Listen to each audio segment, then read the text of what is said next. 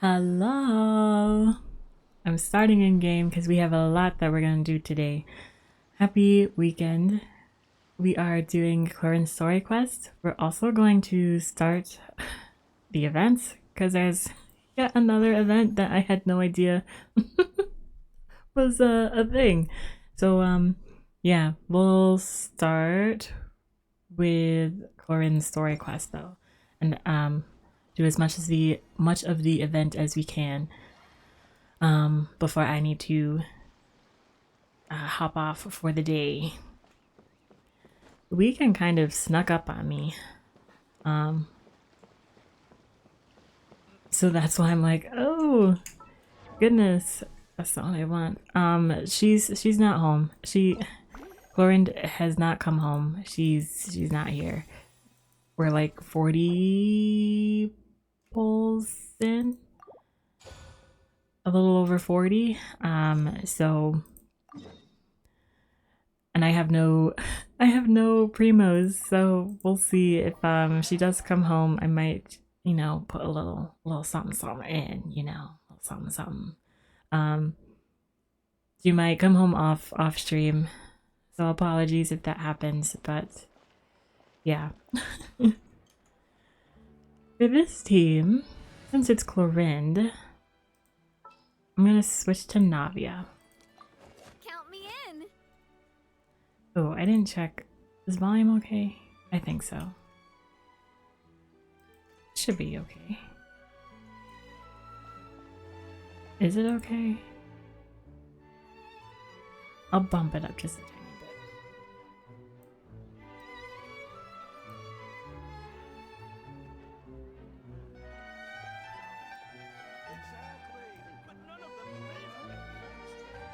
I think it was around here. If that's too loud, sorry, but Huh? Do you also see Navia and Clorinde over there? for They look like they might have run into some kind of trouble. Let's go check out what's going on. story quests, I want to make sure that you can actually hear the dialogue because I will not be talking much during their talking scenes. So Yeah. Okay.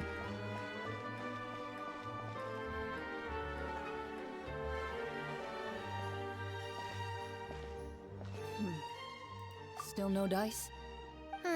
Not at all. And I've asked pretty much everyone in the Court of Fontaine already. Lynette's ears drooped as soon as she heard that we'd have to be out and about for days on end. And Fremine, he hid himself under his helmet as soon as he realized there'd be people around that he didn't know. What about Chiori and Charlotte? I feel like both of them would be more than up to it.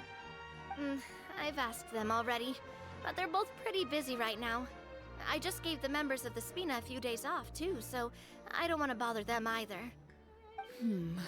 This is getting pretty difficult. Navia, Clorinde, what's up? Oh my. Well, if it isn't my dear partners. How are you all doing? Huh. Navia? Huh? Oh, you mean... Yep, this is our chance. We're getting roped into something. Surprise, surprise. What are you gonna do? Do you need our help with something? Oh, precisely. My dear partners, we've got a huge problem right now that only you can solve. Whoa, for real? Absolutely. We've already exhausted all our other options. What kind of problem? Traveler, Paimon, would you join us and play Marechaussee Hunter Judgment Day? What? Marechaussee what now? It's a new game script by the Tabletop Troupe, a local roleplay adventure club. Ever heard of the Tabletop Troupe? They put out games that allow you to participate in a story and roleplay characters with your friends. Oh, I've loved their stuff ever since I was a kid. That sounds super interesting. Clorinde and I are both veteran members of the club. Recently, someone came up with a new script and was looking for people to help playtest it for them. And when they asked, of course I couldn't refuse. I mean, come on, a brand new script? Nobody has ever played it before. Generally speaking, scripts at that level of development have a lot of issues, but I think this one is pretty solid. The author obviously put a lot of work into the story, and the world building is also quite credible. Whoa, whoa, whoa! I know I was the one that handed you the script, but some of us haven't read it yet. No spoilers, please. Anyway, the script calls for a team of 4. Ah, yes. We're missing one final player right now. You were right, that is a big problem. So, you're saying you'll help us out? I knew I could count on you, partner.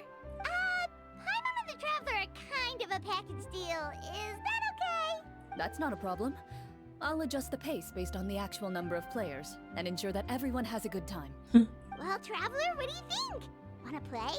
Paimon will follow your lead. Count me in. Well, that solves our problem. You have our thanks. Woohoo! I'll go grab the script manager from the club right away. The script manager? Didn't you just say that you gave Clorinde the script? The club introduced a completely new kind of gameplay for the script. In this iteration, the Game Master's version of the script is incomplete.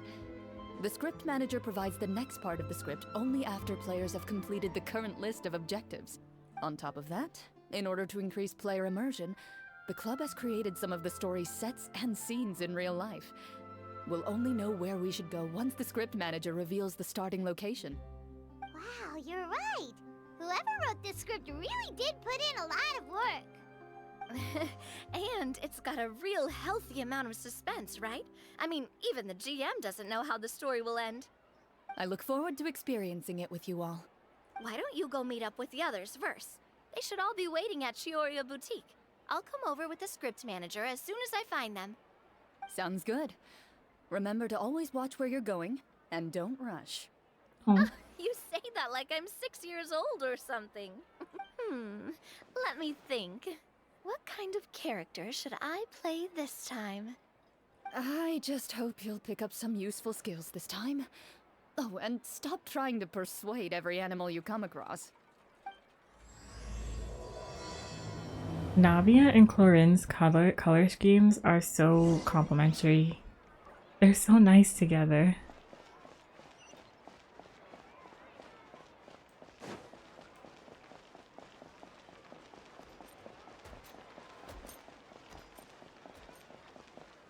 Oh, is that Farina? Oh, sorry to keep you And waiting. Lenny? Ah, you're back! Huh? And you've got the Traveler and Paimon with you too! What a pleasant surprise. I assume you'll be joining us for the game then? Linny, Farina! Paimon didn't know you were playing too. Are you also members of the tabletop troupe? I'm not surprised. I'm more of a casual member, if anything. I haven't taken part in many formal club activities. Lynette Fremine and I play something similar at the Hotel Bouffe Tété sometimes, but I'm usually the GM. Still, I'm sure it'll be fun being a player for the first time. I'm looking forward to it. Well, I'm not a member of the club at all. Clorinde simply woke me up first thing this morning, said there was a good script worth experiencing, and asked if I wanted in. If you're interested, I can give you a referral. That should give you a 40% discount on membership fees. I think I'll wait to see how this experience plays out first, especially when it comes to the quality of the script. If it's sufficiently fun, then I'll join. Do you participate in a lot of tabletop troupe activities, Clorinde? You could say that. She's actually one of the few senior game masters of the troupe. Ah, right. I knew about that even when she was still my subordinate. It's nothing. Really, just a small hobby of mine. Just a small hobby. Paimon's so used to seeing you be all upstanding and intimidating as the champion duelist. It's kind of hard to imagine you role-playing with a bunch of friends. I love that. So if we have a problem with any of the rules, do we have to submit a duel quest to you? Surely you jest. I would never intentionally make things difficult for my players. I maintain a clear boundary between my professional and personal lives. The me you see at court represents the law and order of Fontaine. I put all personal feelings to the side and grant a fair duel to all who seek to defend their honor. But in my personal life, I'm just an ordinary person. Someone who feels anger and sadness, just like everyone else. Well, you say that, but for all the time I've known you, I don't think I've ever seen you cry. I've seen you get angry, sure, but now I'm wondering whether you were actually mad or if it just looked that way from the outside. I was probably in work mode during those times. Is that so? Well, in any case, I just feel like even in your personal life, you don't get emotional very often. So you want to see me cry? That might be a little difficult. A show of anger, though, that might be something I could accomplish. No, that's not what I meant. Farina's like, I want to see you cry.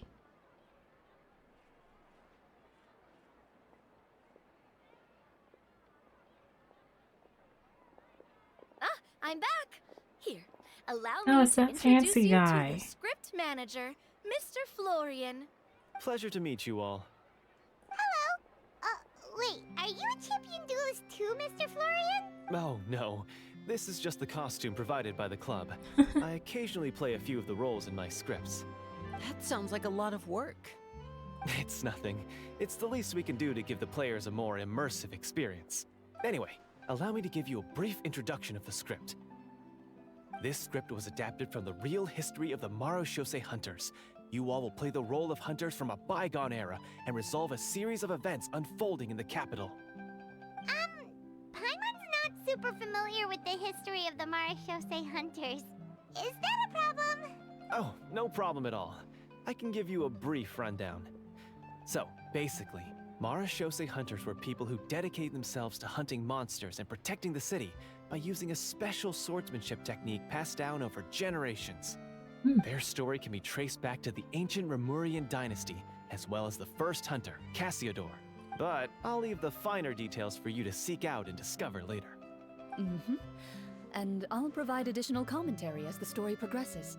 In that case, brave hunters, are you ready to set out on an unknown adventure? Does this mean he's wearing contacts, or are his eyes really that color? Just one sentence and it's like we're in the story already. Aha, I see many a determined gaze before me. Very well, head over to this location and begin your heroic journey. So, as we follow the story, it leads us to specific scenes? Ooh, sounds pretty innovative. What does the message in the envelope say? It's the exact location of the scene, as well as the formal permission to use the venue. Seems like they have everything prepared. Please check all your belongings, everyone, and make sure you haven't forgotten anything. Once you're ready, please follow me to the designated location. Sounds good. Hunter Squad, move out! I want to do this in real life. Oops.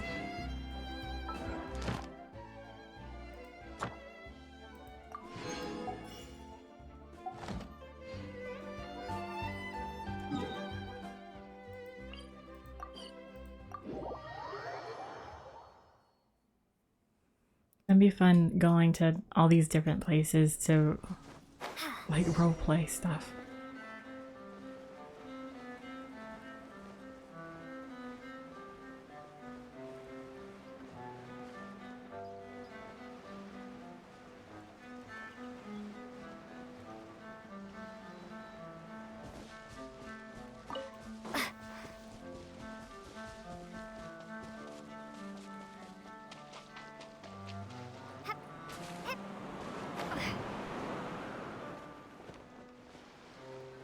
Look at this cute little setup.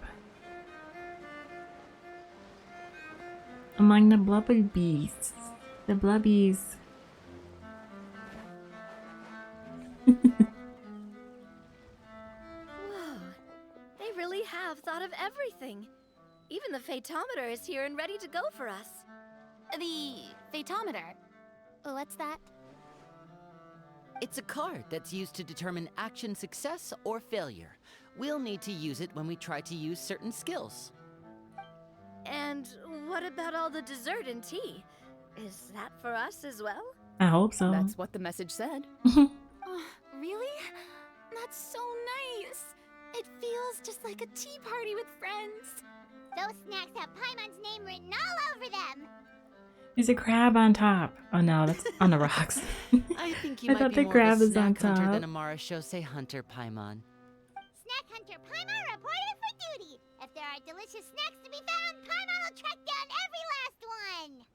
The desserts are great, but I'm still looking forward to the story more than anything. Very fair. Then, let us begin. First, please pick up the blank character cards in front of you, and write down your name and profession. You can find an abbreviated version of the rules printed on the back of your character card. If you have any questions, feel free to ask me. In this story, everyone is a Marashose hunter. To reflect this, the club has prepared a small badge for everyone. This is so cute. Nice. As hunters, you have proficiency in swordsmanship and fighting by default, so there's no need to allocate any additional skill points to those areas. Swordsmanship? So there's a fighting part to all this? Paimon's not sure she can do all that on her own. Maybe Paimon can just stick with you? Why don't you share a character card then? The Traveler will be the Marashose hunter, and you can be her little floating assistant. Kinda like in real life. So, for the name, do I fill it out with the name of my character? Yep, it can be any name you like. You can use your real name too if you want. I do that whenever I get too lazy to think of a new name. Oh, so it would be like experiencing a different life, but still as yourself. That's not a bad idea. In that case, I think I'll continue to use the name Linny then. Next up is the skill sheet. You have a limited amount of skill points that you can use to learn a number of skills. The more points you invest in a particular skill, the easier it will be to pass associated checks. We're playing D&D. I'll take persuasion and investigation. Those are must-haves when it comes to missions like these. I have never played like an actual like game of D&D or campaign of D&D. The closest that I've had is just playing Baldur's Gate. But I wished, like, I want to have those, like, sitting at the same table playing. I want to have that experience someday. Oh, those skills sound like they'd be useful for gathering intelligence. Good idea, Navia. Just as expected of a veteran player. So, should we also take those skills then? Not necessarily. Since we're working together as a team, we could leave the negotiations to Navia and use our skill points to pick up other useful skills. For example, I think I'll take stealth and sleight of hand. That will give us more options if we run into any situations we can't negotiate our way out of. Oh, interesting. I wasn't thinking about it like that. I suppose it's not so different from an acting troupe. Everyone has their own role to play. Let me see. I'll take arts and performance. I'm not quite sure what use they'll be, but I'm not as knowledgeable about the other skills, and I am not too confident I'd be able to roleplay them well. Well, that leaves us. What do you want to learn, Traveler? I guess as Traveler, we're good at cooking. Gotta say, this suits you really well. Nothing boosts morale like good food.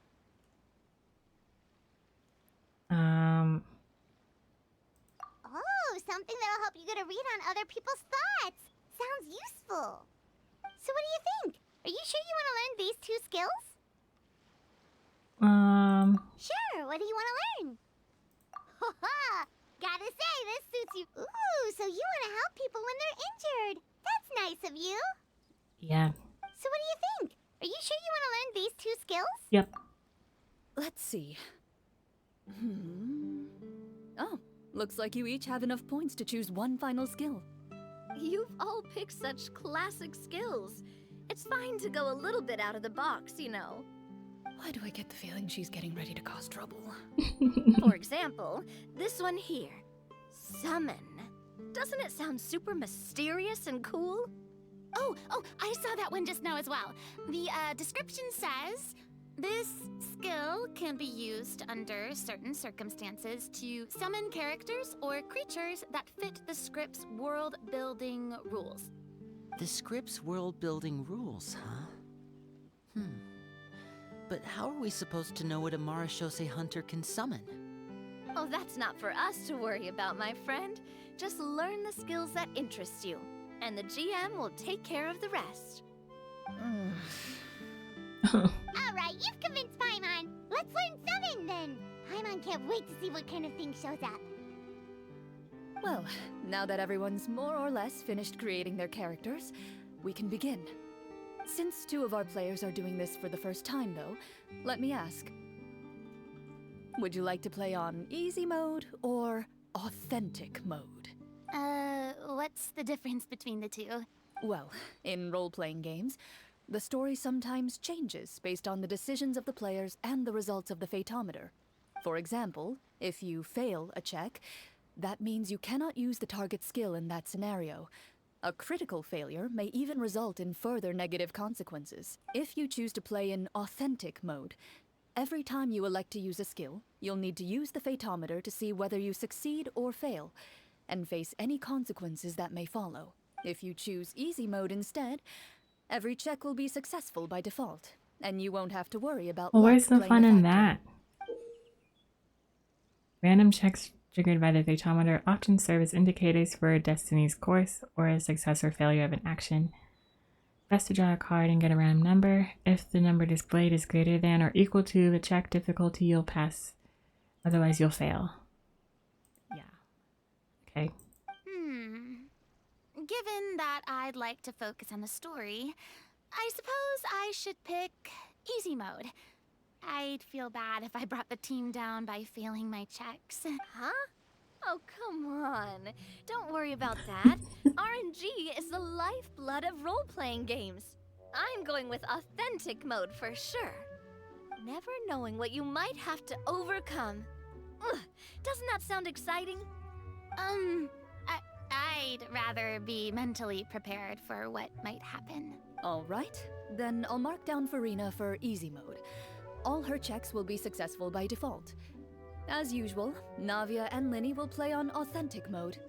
What about you, dear partner? How would you like to play? Authentic. Are you sure? Yes. Trust me, you'll see the beauty of RNG. It's funny they're talking about Honestly, I don't RNG think in a game Clorinde that would make things uses too RNG. difficult for us, no matter what the Fatometer says. Isn't that right, Clorinde? No promises. That wasn't super reassuring. Well, anyway, enough talk. Let's get started. I want to experience at least a good chunk of the story today. Speaking of the story, why is the beginning scene on a beach? Well, that's because a long time ago, Ooh. back when human civilization was still in its infancy, powerful demons and evil sorcerers ruled over the land. They created a host of monsters and sent them to slaughter all humans in existence. Soon, a group of human rebels banded together. With their swords raised, they swore to brave the darkness, and in doing so, subdue each and every monster that sought their destruction. They became known as the Marachose Hunters.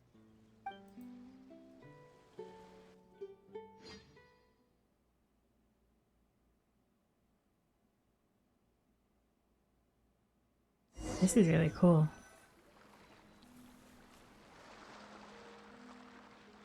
Sometime later, as a member of the Marachose Hunters, you receive a commission. Following the address provided on the message, you take a boat and arrive at this strange city. As you inhale, you can taste the slightly salty air of the docks as you begin to survey your surroundings. There aren't many people in the vicinity, but you do take note of a few others who, like you, seem to be sizing up this place. Your eyes meet, and you realize these people are fellow Marachose hunters, likely led to this location after receiving the same commission as you. You're all Marachose hunters too, right? Allow me to introduce myself. The name's Navia, monster hunter by trade and helpful neighborhood businesswoman on the side. What say you to traveling together? We can help each other out on the road. Okay, count me in. My name is Linny. I've been wandering since I was little and picked up a few less than legal tricks along the way. I was adopted by a Marachose hunter and later chose to follow in his footsteps. I want all of these outfits as Is like this where actual you skins in the introduce your game. character to everyone? It sounds like they've done this dozens of times. My name is Farina, and, I grew up in a noble family. I always had a strong interest in performance and the arts. Even though I'm a Marachose hunter, what I really want is to be a performing artiste. Hey, that's really cool. You can do it, Farina. That's exactly how it's done. Paimon is Paimon, a good friend and companion to this Marachose hunter right here. We used to be chefs. I've been studying the culinary arts since I was a child. I hope my delicious food can help boost people's spirits. That's wonderful. I'll be looking forward to your cooking during our adventures together. Well, if we're all here for the same commission, why don't we take some time to confirm what we need to do? You open your envelopes at the same time. The message reads, "To the honorable and trustworthy Marachose hunters, our kingdom is currently facing a grave crisis. The lands outside the capital have been overtaken by monsters, and our people are being led astray by forces of wickedness. We beseech you, please help us resolve this crisis and return peace and stability to our home." Huh. The layout of this city looks super familiar. It kind of reminds Paimon of Mondstadt. The script Surprise, writer must surprise. have used a real-world city as a reference when coming up with the map. As experienced hunters, the layout of the city reminds you of places once traveled. You recall the sight of tree-lined streets and the gentle tranquility of days gone by. Yet, as you regard the city in front of you, it appears to be little more than an empty shell. Its hollow gates are open to you, beckoning you to come forth and bring salvation back to the town. I carefully read every line of the letter and turn my attention to the signatures at the bottom. Who issued this commission to us? You see a long string of unfamiliar names. it would seem that many of the residents of the city issued this commission together. They sensed that things were not right within the kingdom, and sent a distress signal to the outside world. In that case, why don't we take a walk around the city and see if we can learn anything from the local residents? Oh, good idea.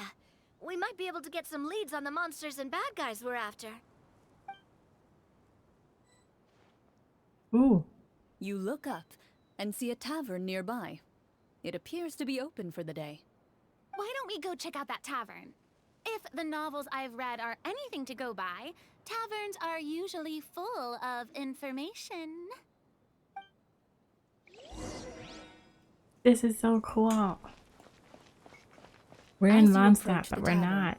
You find a plainly dressed woman standing nearby. She appears to be rather troubled about something.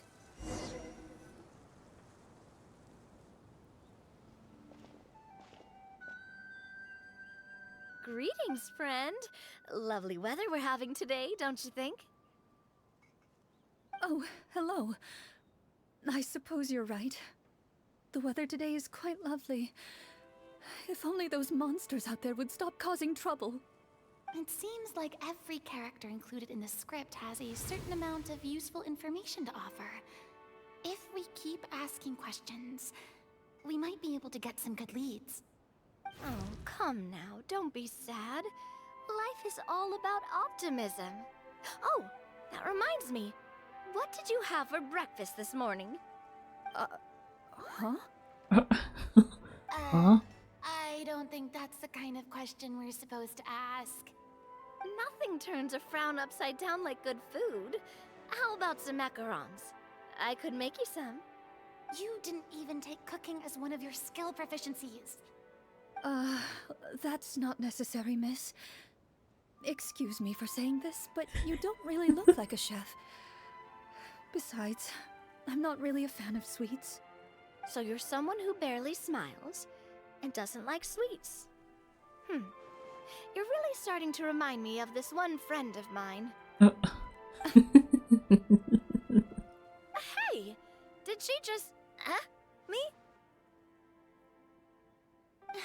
Clorinde must have broke character for a second. This isn't getting us anywhere. Traveler, maybe you can think of something. How about I cook something? Right here, right now. Any help here, Lenny?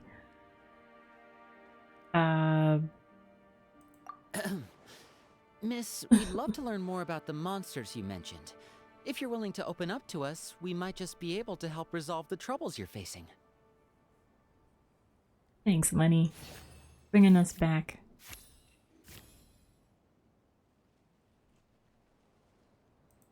You weren't even the one that learned persuasion. Oh. My troubles, you say?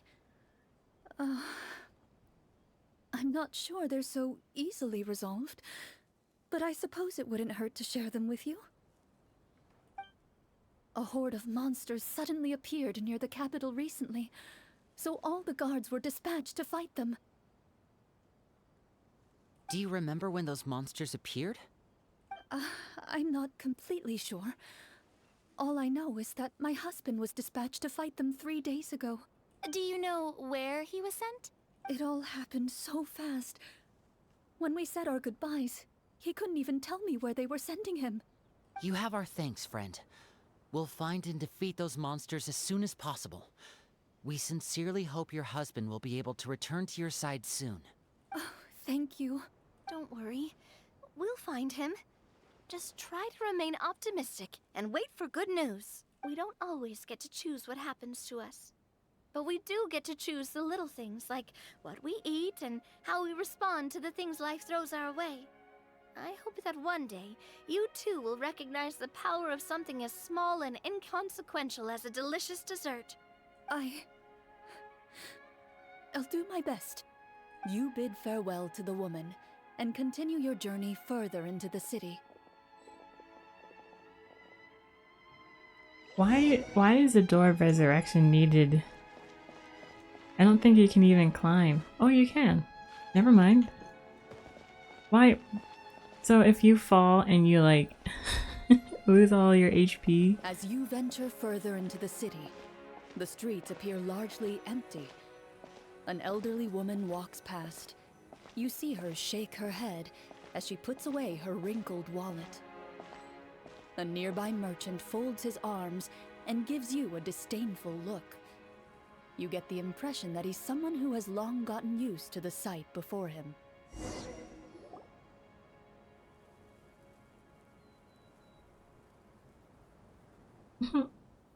Although he doesn't seem very friendly, merchants are usually a good source of information, right? Pardon me, sir. I'd like to ask a question if I may. That depends. How much are you willing to pay? How much are you How willing to about pay? this much? What do you take me for? Some lowly beggar? You can't even buy half an onion with that amount. Surely an onion can't be that expensive, right? What do you know? War's nearly upon us. Everything costs several times what it did before. If you're not gonna buy anything, then scram. Whoa, what a nasty guy. Maybe we shouldn't even bother talking to him. But he still might have information we need. Traveler, can you think of something? Persuade him, Navia. Sir, we came to this city to solve the very problem you seem to be referring to. The war you mentioned, would it happen to be against the monsters outside the city?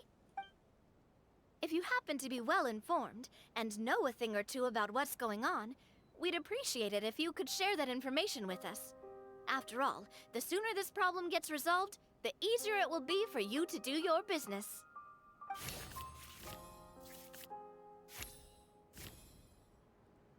Oh, she got a 10. Well, things are basically as you said, young lady. Those monsters are camped outside the city, and they've been destroying all our trade routes. We have limited reserves within the city, so if this continues, we're all gonna be in big trouble. Wait, you're saying no one has put a plan in place to distribute supplies or maintain order? We could all starve, and those nobles in the palace wouldn't even break a sweat. Who knows? Maybe they've been in cahoots with the monsters all along. That is concerning. All right. That's all the information you need, right? Off with you now. I've still got business to do. You know, if you smiled a little more, you'd definitely get more business. And I bet that would make your life just a little bit sweeter. I'm not saying it's guaranteed to work. It's just a tip.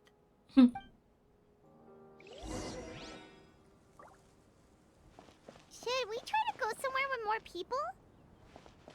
Oh, how about the city square? Follow me. Oh, I just realized we have them all.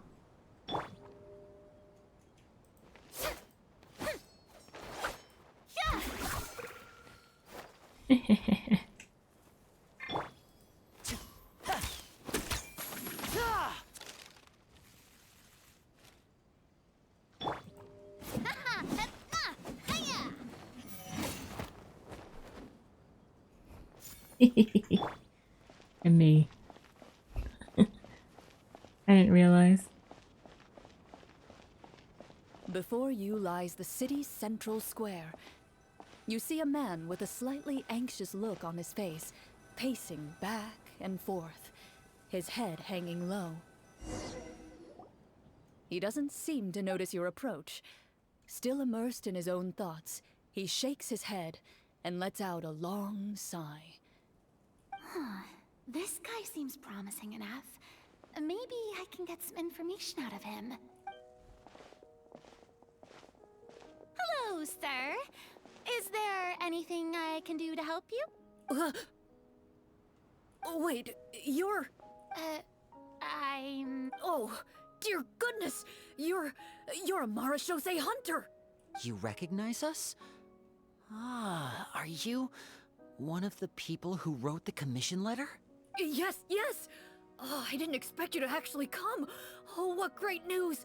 The city is saved! What happened here?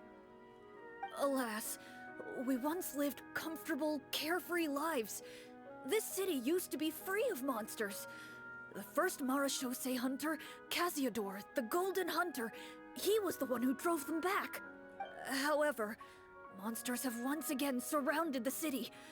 Perhaps the seal that kept them at bay has lost its power. Or perhaps an evil sorcerer has been meddling in our affairs. All I know for sure is that their return has stripped the city of any chance at peace. Are there not enough soldiers to drive them out? It's not a question of numbers. The guards simply have no idea how to deal with them. Most people my age have never even seen one of the monsters, much less been trained to fight against them. What's worse, many of us don't even know the history of the Marashose hunters anymore. When I was a child, though, my grandfather would tell me stories about how the Marashose hunters drove back the monsters. So, on the off chance that something might come of it, I decided to reach out to you. To be perfectly honest, I was starting to think all those stories were just tall tales. But now that I've seen you in person, I finally know that it was true! Well, you can rest easy, friend. The righteous and formidable Marashose hunters are on the case. The man is touched by your determination and resolve. His eyes begin to well with tears of relief. Still, if we are going to hunt the monsters, we need to know where to find them. Can you give us any leads? All I know is that the area outside the city is dangerous. I'm afraid I can't point you toward a specific location. Oh, although, if you leave the capital through the main gate and follow the road, you should run into a group of guards. They might know more about where to find the monsters. I see. We'll go look for them then. All right, be careful. Oh, and one last thing. The monsters outside the city are just part of the problem. There are evil sorcerers inside the city as well. Ooh. So be on your guard. They're actively working with the monsters, and have corrupted the court ministers with malicious magic. They're the reason why, even inside the city, everything has been a giant mess. Even one of our kindest ministers has turned into a boorish and unreasonable figure, interested in nothing but enacting laws that exploit the people. Who knows how much longer we'll be able to go on like this. Talk about being stuck between a rock and a hard place. I feel bad for him. Maybe we should try to cheer him up? Farina could sing him a song? Huh? Like, now? Is this really the right time? I appreciate your kindness, but for now, it's more important to focus on the crisis at hand. Brave hunters, I leave the future of this kingdom to you. What kind of bard doesn't want to sing or perform right on the spot? If I understood correctly, there are currently 2 problems in the kingdom that need solving, right? Exactly. We need to defeat the monsters outside the city and take down the evil sorcerer stirring up trouble from within. But which problem should we tackle first? Well, this seems like a good moment for a break. Take some time and discuss what you want to do. Let me know when you've made your decision. I really didn't expect the people in the city to keep us at arm's length like that. I totally thought the hunters would be treated like heroes. Well, Clorinde said the script took cues from the real history of Fontaine, right? Maybe the real-life Marashose hunters were also treated like that. I wouldn't say it's a perfect representation of history, but there are definitely some similarities. Would you like to hear more about it? Sure. As long as it doesn't spoil anything in the script. You brought up bits and pieces of the hunter's history before, but it was all in passing. Paimon wants to know too! The hunters were super powerful, right? Were they all from a special line of supernatural beings or something? Kinda like the yokai in Inazuma? No. All Marashose hunters were ordinary mortal fighters. The only thing that set them apart were the special sword techniques passed down over the centuries. Huh? So you mean anyone could become a Marashose hunter? In theory, yes. All you would need to do is survive the rigorous training and master the swordsmanship techniques required to fight the monsters. Survive is an Still, interesting most choice people of word dropped out of the there. early stages, and others called it quits the minute they saw a monster in person. To become a hunter, you must be strong in both body and mind. What kind of monsters did the hunters fight exactly? Oh, and the evil sorcerer the script mentions. did they exist in real life too? The land of Fontaine once played host to an ancient dynasty known as Remuria. After that dynasty fell, monsters began to appear, intent on obstructing humans from establishing a new social order.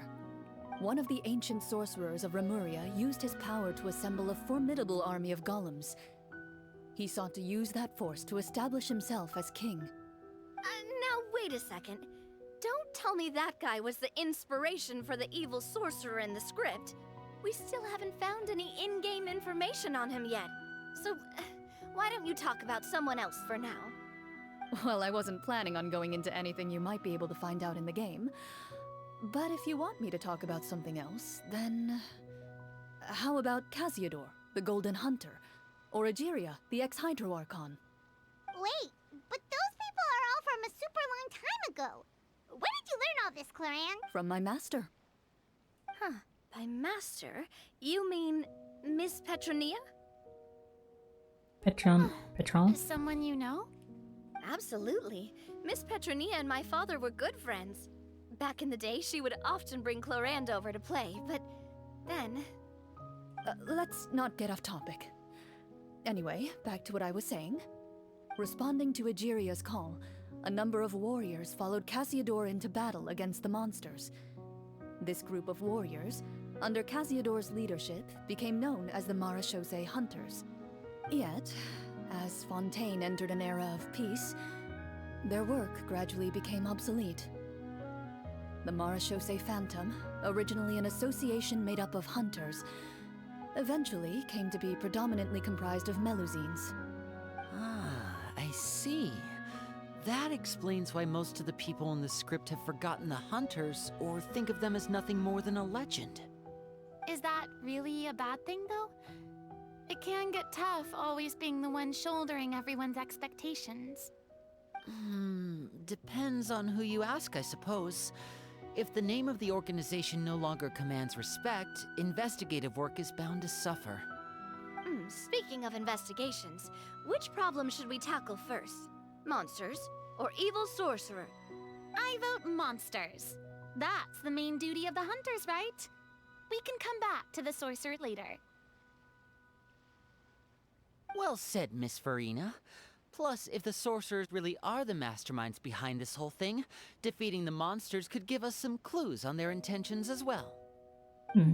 What about you, partner? What do you think? If the sorcerers are inside the city, though, aren't they controlling the monsters outside? Hi, unknown rat. Ooh, congrats on first days. Welcome in. I hope you're doing well. We're working our way through Clorinde's story quest, and I'm really enjoying it so far. It's like D&D. I think the sorcerer problem is the issue. I mean, you're not wrong. But those characters are usually the ones pulling the strings behind the scenes. More often than not, they're very formidable opponents. Going after them now might be jumping the gun a little bit. We don't want a total party kill on the first day, right? With Clorinde as the GM, I wouldn't rule out the possibility. A total party kill. Fine, you've persuaded me. Then it's settled. Let's go hunt some monsters. All right. After some discussion, you decide to turn around and head out of the city.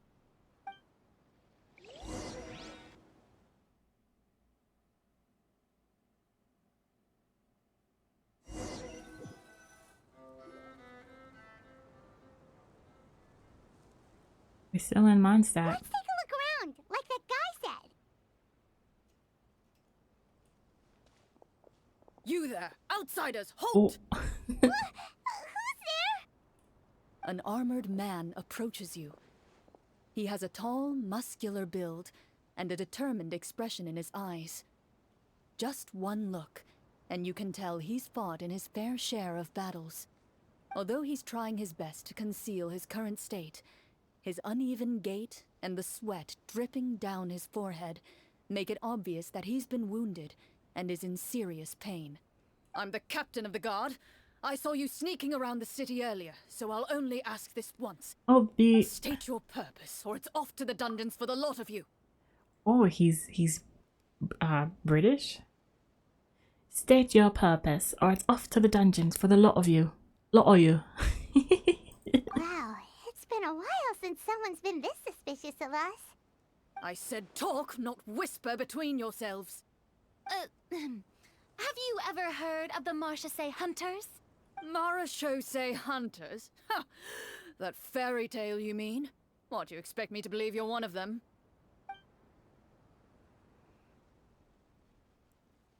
I like to do a medicine check to see if I can help him work out. I feel like the traveler's inputs here are so random.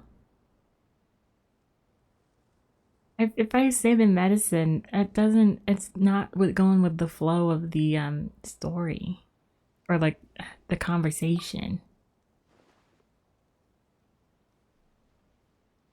Sir, we were indeed in the city earlier. Maybe we can But do our the medicine purpose was check only after. to gather information on the monsters. We're here to help this city and all the people within it. Your guards are still fighting the monsters as we speak. They could be seriously wounded and in grave need of support. You need all the help you can get.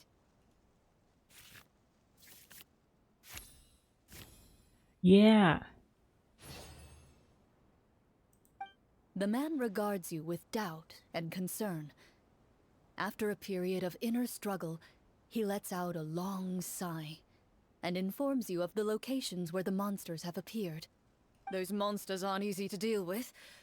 But if you insist on going, I won't stop you either. I just hope all the guards will be able to come back to their families alive. I wish you the best of luck. No medicine check. Based on what the captain said, the monster should be right up ahead. Let's go. Hopefully we're not too late. Ooh, this As might be you my approach time. the battlefield, you see numerous people lying by the side of the road. They appear to be dressed like guards. Their faces are filled with desperation and terror. Some are screaming and cursing in vain, as if still trying to banish the monstrosities they saw from their minds. Can I help? No? Oh. Guess you're on your own. A few of the wounded look up at you in shock and disbelief. Quick, leave this place. Turn around and don't look back, They yell. Nope.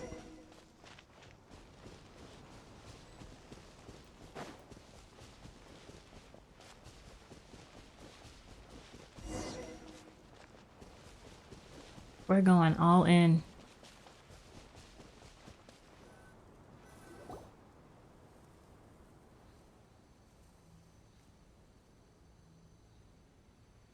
This is the place he mentioned, right? You see broken iron swords scattered all around you, and downed trees riddled with terrifying claw marks. All the signs point to one thing. A truly devastating battle just took place here. Be on your guard, everyone. The monsters might still be around. Before you can finish your sentence, you hear rustling sounds from the Oh, are we surrounding fighting bushes. wolfhounds? The monsters have emerged. They close in on you without fear. You get the impression that, in their bloodthirsty eyes, you're just another meal for them to devour.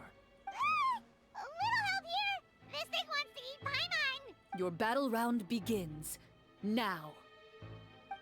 Imagine this is turn-based. Oh, 13. Look at that.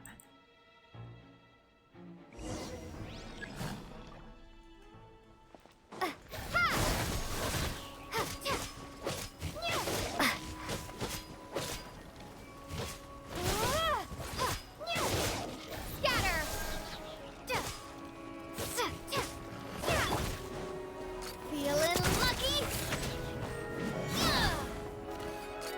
Hey there! Step right This is up. a good trial.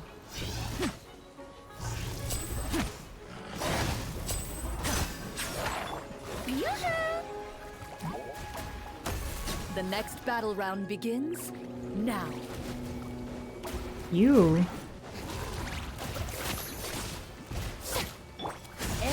voila! Proper send-up! Ha!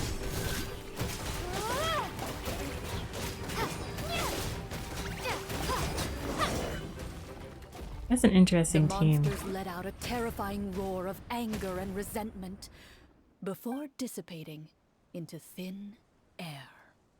Oh, thank goodness it's over. We're lucky the Marashose Hunter class came with all those preset skill points. Otherwise, we would have been in some real trouble. I never knew the photometer even determines the amount of damage you inflict. If you get unlucky, isn't it just game over right then and there? That's part of the fun. The uncertainty of fate is what gives these games their appeal. Just as you begin to celebrate your victory, a suspicious lump on the ground catches your attention. A suspicious lump? Lump? Wait, could it be the thing that appears after every battle? I walk up to it, crouch down, and begin to carefully examine it. I've still got my right glove on, so it should be fine for me to touch it, right? As you investigate the mound, you discover that the exposed portion appears to be made of wood. It was previously obscured by the large form of the monsters. With the monsters gone, the small protrusion now awaits your discovery, poking out of the ground like a shy flower bud. Whoa, it's a treasure chest! Let's dig it up.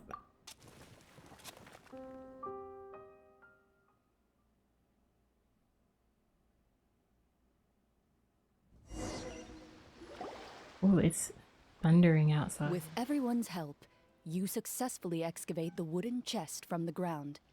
Even without opening it, you can tell from the mora and jewels scattered around the chest that it must contain quite the fortune. Makes sense. We worked hard for this. Let's open it and we can share what's inside. I can understand your excitement, Paimon, but think about it. Doesn't it seem like there are people out there who need this treasure more than us? Yeah. Think about all the people suffering in the capital. Or all those guards who got hurt fighting the monsters. I was like, who cared about those Wouldn't people? it be better if we gave the treasure to them? Wait, is that how it works? Paimon thought since we were the ones to dig it up, we could just take it for ourselves. Well, let's put it this way. Any decision you make during a role-playing game can impact the future course of the story. But would the people really believe us? It's hard enough for us to prove we're Marashose hunters. What if they think we procured the treasure illegally? They might get even more suspicious of us. That's definitely something we should consider. Maybe we can come up with an explanation in advance. Well, if donating it could cause that much trouble, why don't we use it to buy some gear and fill up on good food? Then we'll be ready to fight even more bad guys. Looks like you're facing a difficult choice once again. Well, it's getting late. Why don't we call it a day for now? Wow! Where did the time go? I'm not sure if it's because I'm having so much fun with you all or because the story is particularly enticing, but I feel like I could almost keep going. Here, here. Ooh, how about we play through the night? That'd be fun. I'm not sure I'll have enough energy for that. Yeah, that won't work for me either. Lynette will give me an earful if I get home too Wasn't late. he just saying? I understand how you feel, Navia, but we have to change venues for the next part of the story anyway. Huh? Another location? Mm-hmm. There's a special note for the GM at the end of this section that says to proceed to an indoor set for the next part of the script. Whoa, they really pulled out all the stops for this new script. Well, even if we end the game for the day, we can still stay a little longer and hear Clorinde finish her story, right? Paimon wants to hear more about the history of the hunters. Something tells me you just want to finish the free desserts before we break for the day. That's just a coincidence, okay? Besides, to Paimon, not finishing free food Ugh. feels even worse than having to buy her That food looks yummy. And anyway, Paimon really does want to hear more about Clorinde's master. Well, If the story doesn't have a happy ending, it's okay not to finish it. It's nothing. I appreciate the concern, but it's all in the past. It won't do any harm to share these things now.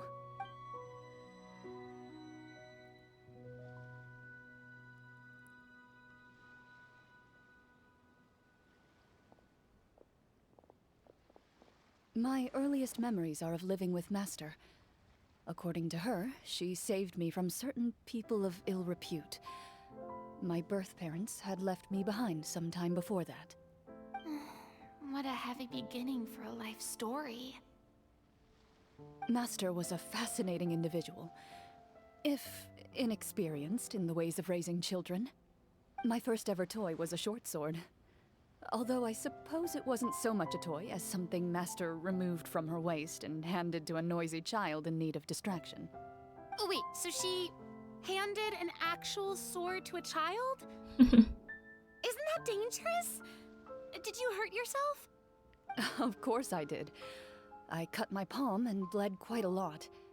But Master was not concerned. She just stood there and casually lectured me about it. See, that's what you get for not holding the sword properly, she told me. She then crouched down next to me and said, "Give me your hand. I'll teach you to bandage this wound. After that, it's time to learn how to truly hold a blade." Excuse me for asking this, Clorinde, but how old were you exactly when all this happened? Probably around, 3, give or take. 3? 3? Isn't that when most kids are still struggling to hold a fork? As I said, Master was rather inexperienced in the ways of raising children. She believed trial and error was the best way to teach a child what they're capable of. I'm not so sure this is a question of experience. I didn't see anything wrong with her ways at the time. And anyway, children don't get to choose how they're raised. Oh, she did bring me back a pet from Liyue once. It was a Geovishap hatchling. A Geovishap hatchling? A pet. For a pet? That seems even more dangerous. What she said was this: make sure to get along, you two. If you really can't agree on something, just settle it with a fight. Whoever loses is the real pet. Oh my god. And how old were you when this happened? 5. Well, did you win? No, I lost. So you're saying you actually became the Geovishap's pet? Yes, but only for a week. By the end of that week, I defeated it in combat, and we've shared a cordial relationship ever since. That really doesn't sound like the kind of childhood someone should have. Later on, I gradually understood that Master most likely didn't know any other way to raise a child. She was a marechaussee hunter, but I never heard her bring up her own parents. Thanks to her, I learned how to navigate the forest by the age of 6, and could hunt monsters in the wild by myself the year after that. Even though the training she subjected me to was strict, she always made sure to take me traveling when she had the time. We met many of her friends during those days. That was also how I met Mr. Callis and his family. I still remember the first time we met. You were too scared to join our picnic and hid behind Ms. Petronia the whole time. I still hadn't really met many children my age at that time, so I didn't know how to interact with others. After that, though, you started coming over a lot. You loved challenging people to shooting competitions, remember? I don't think many members of the Spina ever beat you in one of those. I had a lot of fun during those days. I enjoyed them too. Oh, do you remember that one time we went exploring around the Spina together?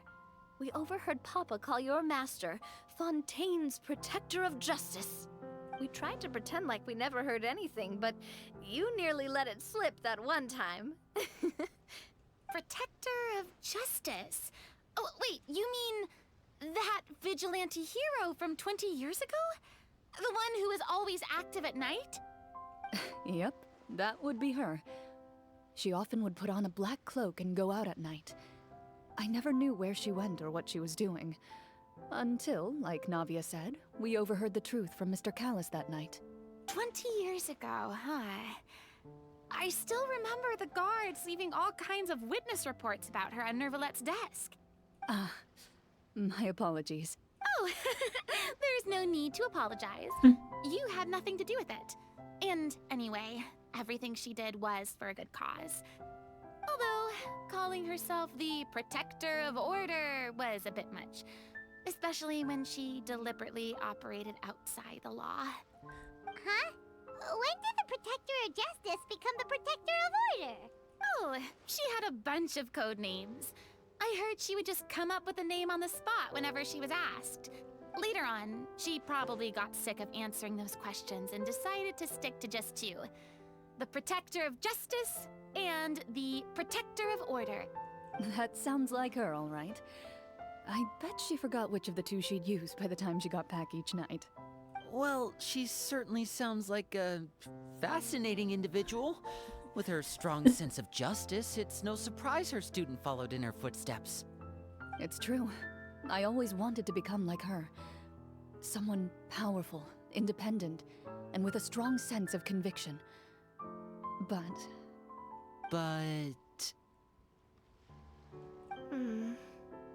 She suddenly disappeared the night I turned 10 years old.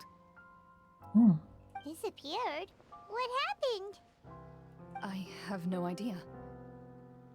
She didn't even leave a note. I was never able to find out where she went. That night, I was celebrating my birthday at Navia's house. But Master never came to pick me up. When I returned home on my own, it was to an empty house. When she still didn't appear after a few days, I went to Mr. Callus's house to ask about her whereabouts. But he only shook his head. Papa probably didn't know either. I know he sent a few people to investigate the matter in secret, but they never found any credible leads. Don't worry, I understand. To be perfectly honest, given Master's personality and way of doing things, it all made a lot of sense. If I had to guess, I'd say she probably used it as an opportunity to force me to become independent. Just like how, when a litter of kittens reaches a certain age, the mother willingly leaves them behind. Were you upset, Clorinde? I was at first, but not anymore. I don't believe Master would suddenly disappear for no reason. There must have been something she just had to do. Well, despite everything, you still managed to follow in her footsteps and become the greatest champion duelist in all of Fontaine. You're practically a living symbol of law and justice. I suspect my position would be far too by the books for her. Master always did whatever she pleased. But you're right. I suppose I do take after her in some ways. Who knew Clorinde had such an interesting past? I never had the chance to ask her about it before. I wonder... if Clorinde's master were the champion duelist back then, would that duel against Mr. Callus have gone differently? Oh no. Judging by the atmosphere, Clorinde and Navia are probably thinking something similar. The mood just got super awkward all of a sudden. Oh no. Well, anyway. Would you look at the time? It's getting dark, so we should probably call it a day for real this time. If we keep talking like this, we really will be here all night. I had a great time today, Miss Clorinde. Thank you for being our GM. Anytime. What a kind of damper. The script was good, but I've got to say, your childhood stories were even better. Hey, you should tell us more about that fight against the Geo-Bishop sometime. Maybe your master was onto something. You could be right. What does she mean, onto something? I certainly don't know any 5-year-olds who want to fight a bishop in their spare time. Guess I'll head back as well. I need to save my energy if I want to continue enjoying the story tomorrow. You're that excited to hear about my fight with the bishop? Thanks for the I hydrate. was talking about the script.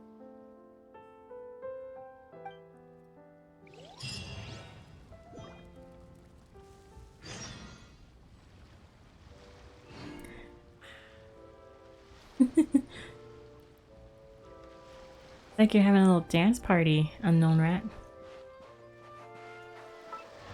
Oops, that's not what I wanted. That's not what I wanted.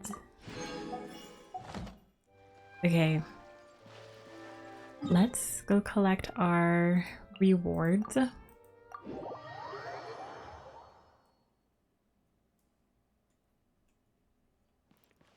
We have to wait until the next day. Ad Astra. So I don't know if I'm gonna start the event or just Add fast travel, time travel, whatever. Thank you for Where's the event?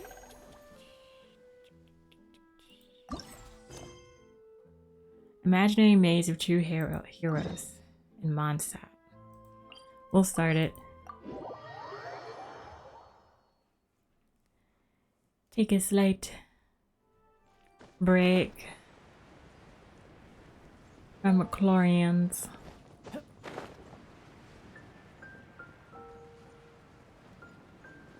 I hope this is a quick event.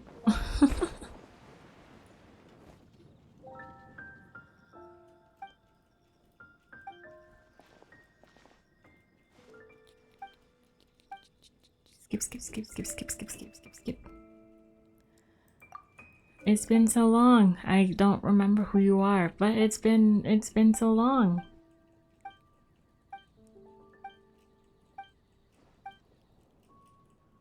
Sounds exhausting. Yes. Yeah. So, this folk legend. I just got sparkling water in my eye. How did that happen? That sounds painful. I hope your eye's okay. Nux! Just want to come in here and say you're amazing. Oh, you're too kind. I hope you're having a good weekend so far, Nux. Hope you're having a good day. Ah, okay. Do we collect and avoid? Do we hit? Is this... Oops.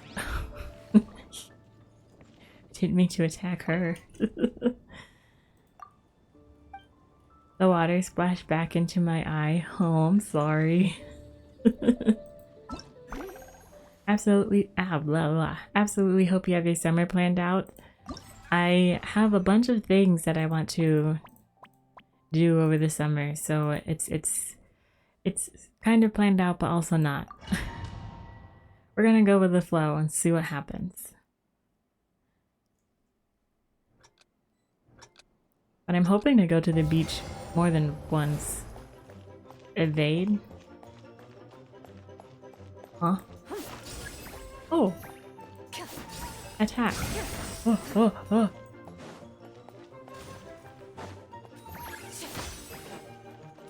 Oh! That's what I need to... Okay.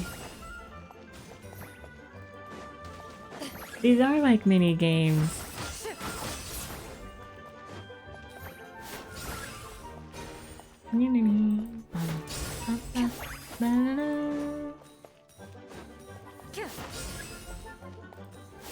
Better not be staying home also. No, I'm not. I mean, I need to get out more, but I'm not staying home all day every day. This has actually been a busy week. My first full week of summer, and I've been very busy.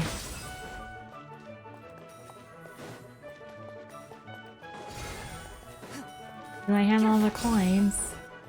I will take my hydrate and when I have a moment. Oh, I almost ran into those. Ah!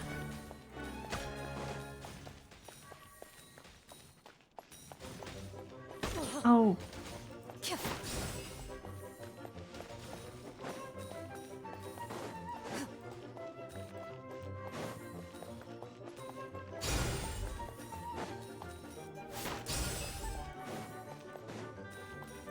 Bye, Unknown Rat!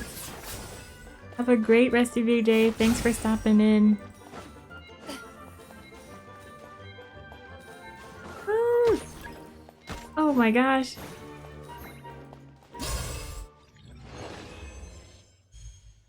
We did it. That's all I'm gonna do. Reach 600. Oh, okay. We got 600. That's fine.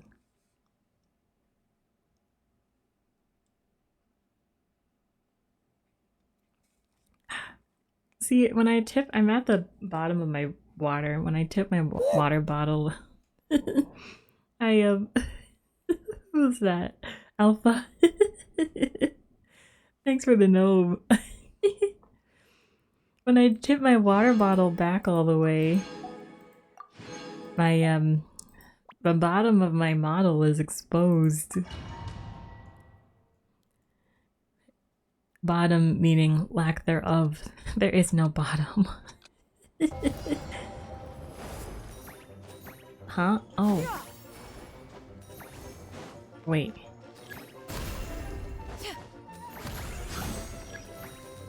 How do I... Oh, is it E?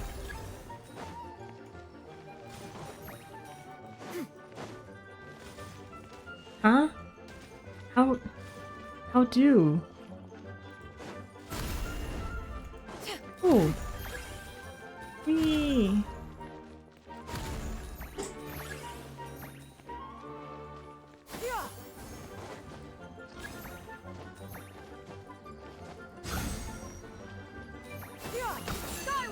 Oh my gosh, I don't know what happened.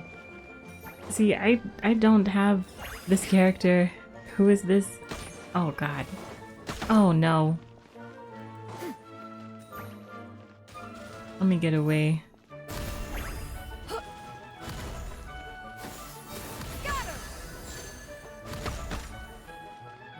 How am I doing? I'm doing well, Alpha. I hope you're doing well too.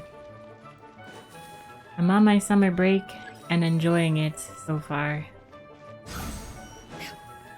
Hopefully it goes well. How do I...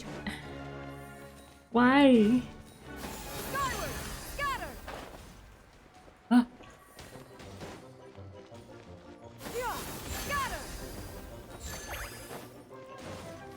Oh, I ran into that.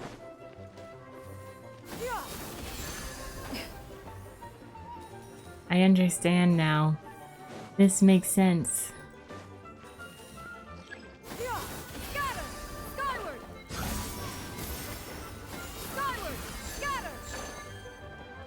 Ooh.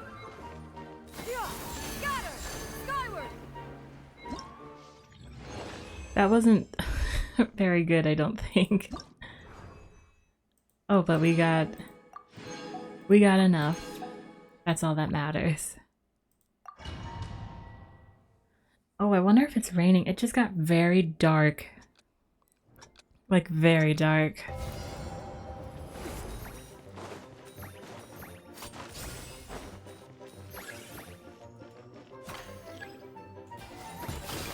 Oh!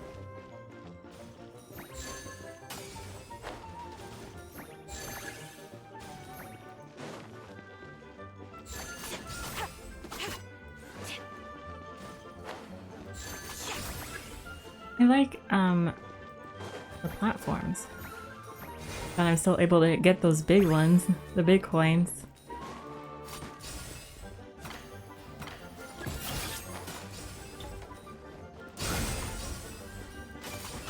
Oh.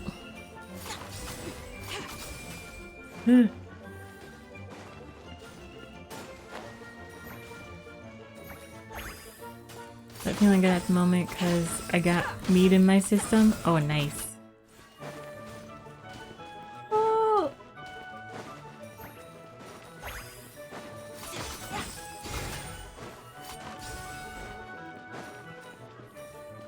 I'm not much of a... I don't think I've ever had mead. Is that like beer?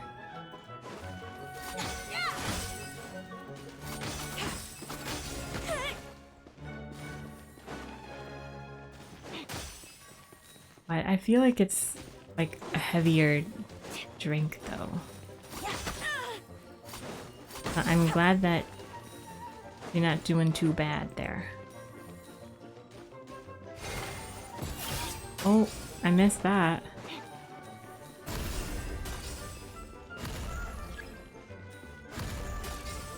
Huh?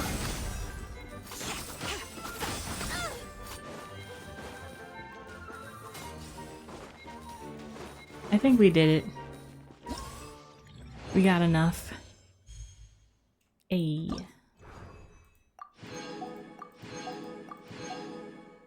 Is this really it? Glad we can get this done.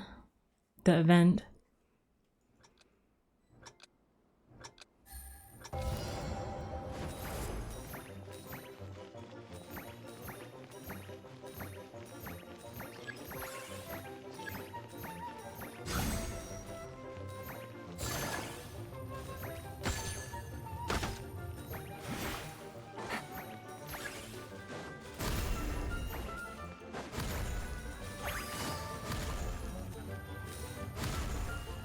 Oh.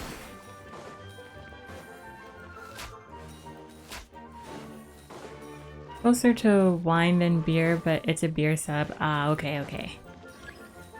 I wasn't completely wrong in thinking beer. Take it easy. What?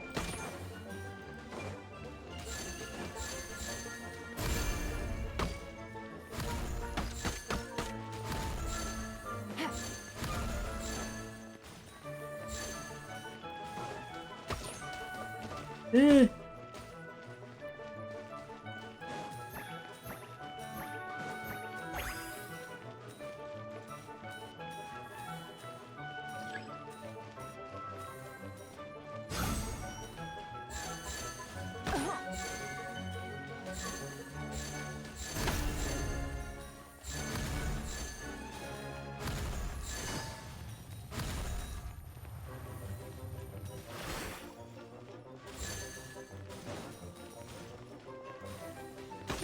Ah.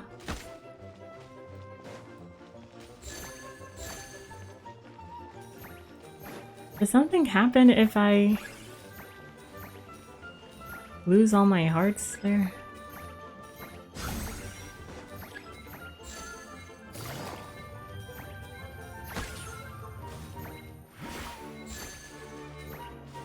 I don't quite understand.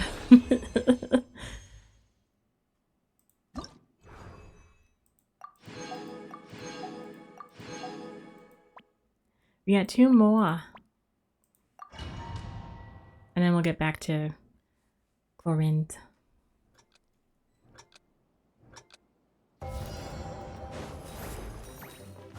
wind knows me.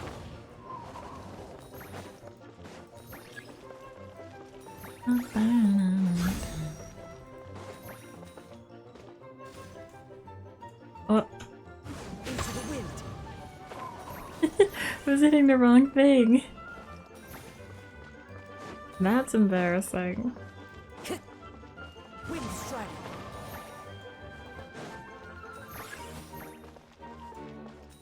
One with nature. Yeah. Yeah.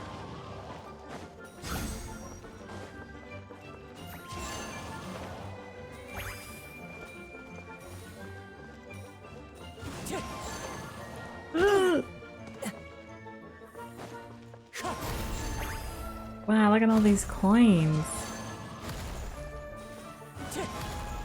Time to go.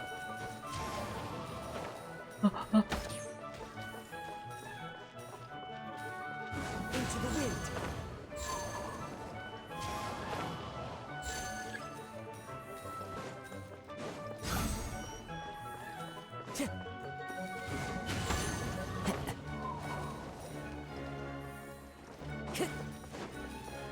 One with nature. Into the wind. Ah.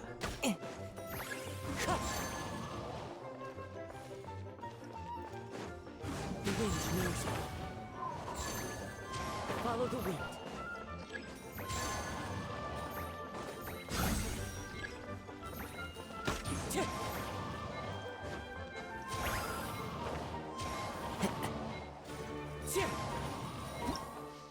Ah, we did it. Last one. Oh, we can choose?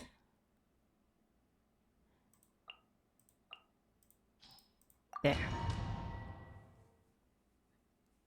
Wow, I can't believe how dark it is in my office right now.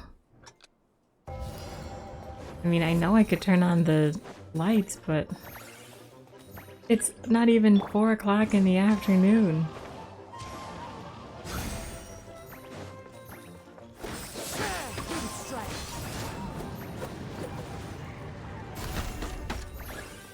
One with nature. Oh.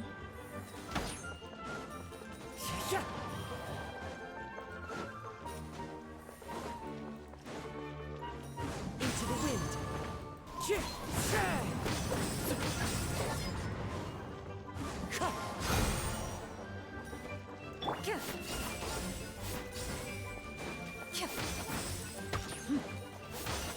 Let's go meet up with the group.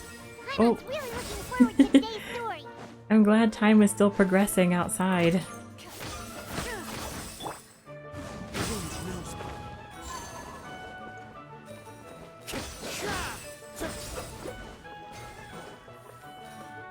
One with nature.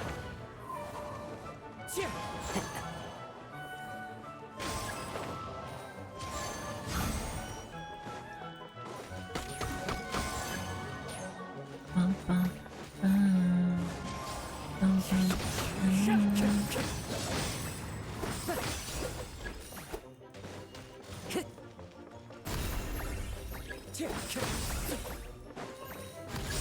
bum. Doo, doo, doo, doo, doo, doo. The wind knows me. Ah, Into the wind.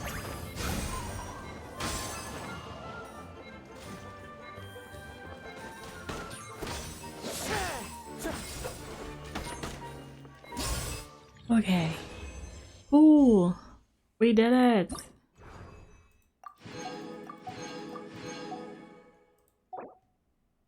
That's it.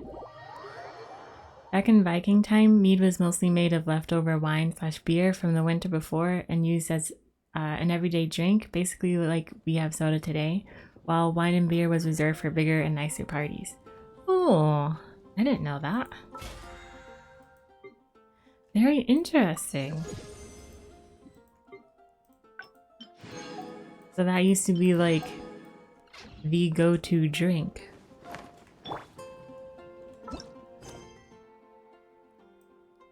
Where's...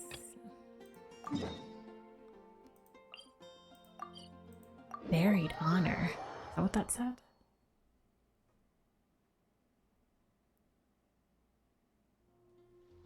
Oh. I moved too fast.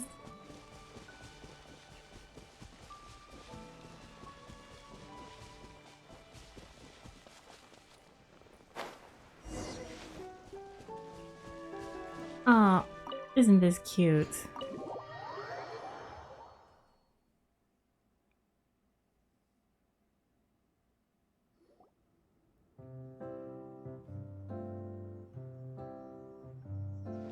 Looks like everyone's here.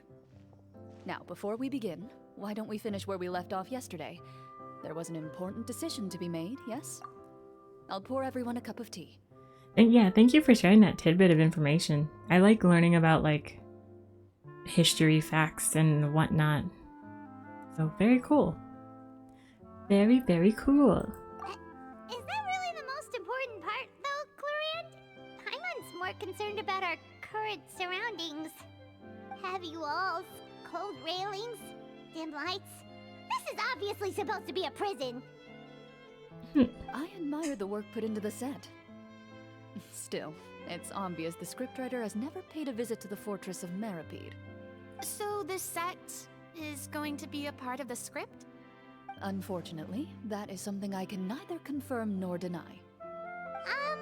Anyone think Clorinde's smile is starting to look kinda scary? Well, whatever happens, we'll just have to push on. But first, we should really figure out what to do with this treasure. If we're worried about arousing suspicion because of our identity, why don't we give ourselves a different name, just like Clorinde's master did? Yeah, it might be better to keep a low profile. As long as we're helping people, it doesn't matter who we are or what we're called. It's... Hold on, I need to check something.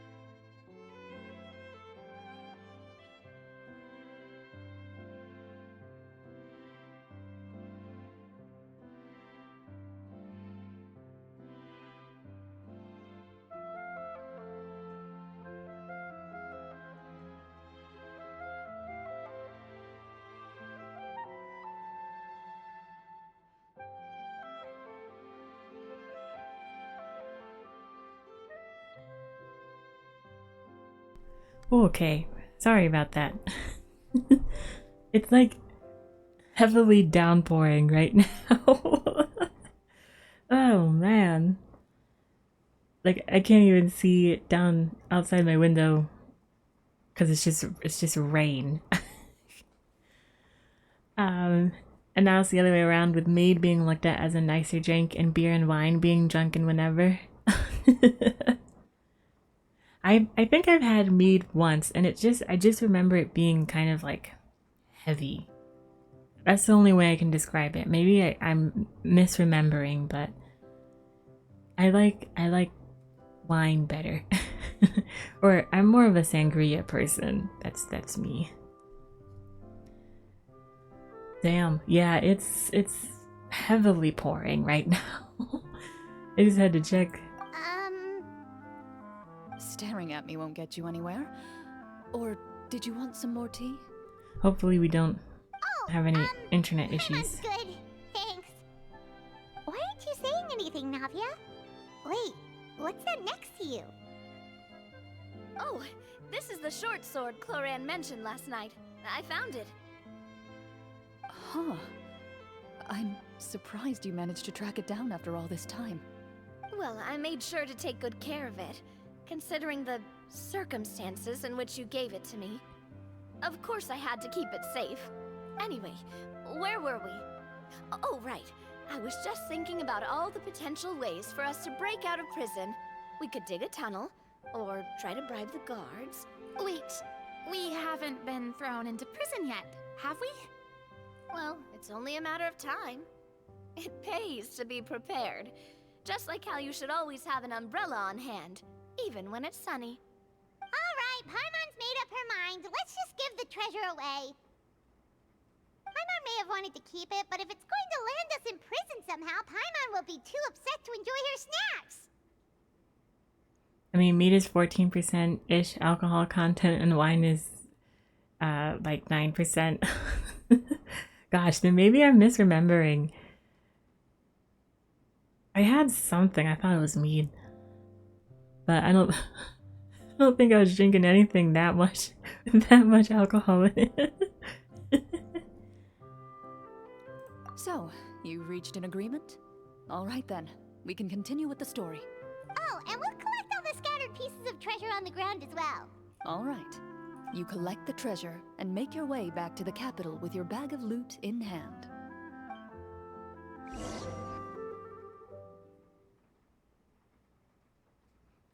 We're going back in. The city is still shrouded in a gloomy, oppressive atmosphere, but your spirits are surprisingly high. In places where sunlight struggles to reach, you generously share your wealth with the children, the elderly, and the poor in urgent need of help. Thank you, kind soul. The elderly woman's look of gratitude follows you as you walk away, her eyes never leaving your back until you move entirely out of sight. However, there's still quite a bit of Mora remaining. It appears you haven't made much progress. She's probably trying to tell us to speed this up. We need to hurry up so we can address the sorcerer problem. Should we go find that man again at the square? He seemed like a pretty responsible guy. I'm sure he knows the people here far better than us. Oh, good idea! Just as you start to make way to the square, intent on finding the man again, there's a voice.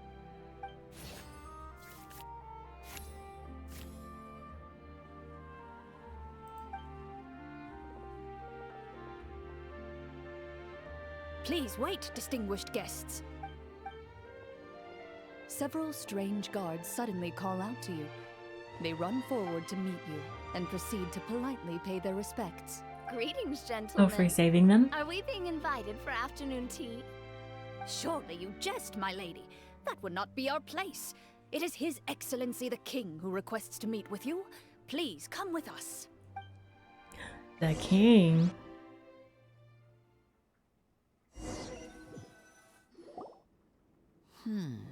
Do you think this could be a trap?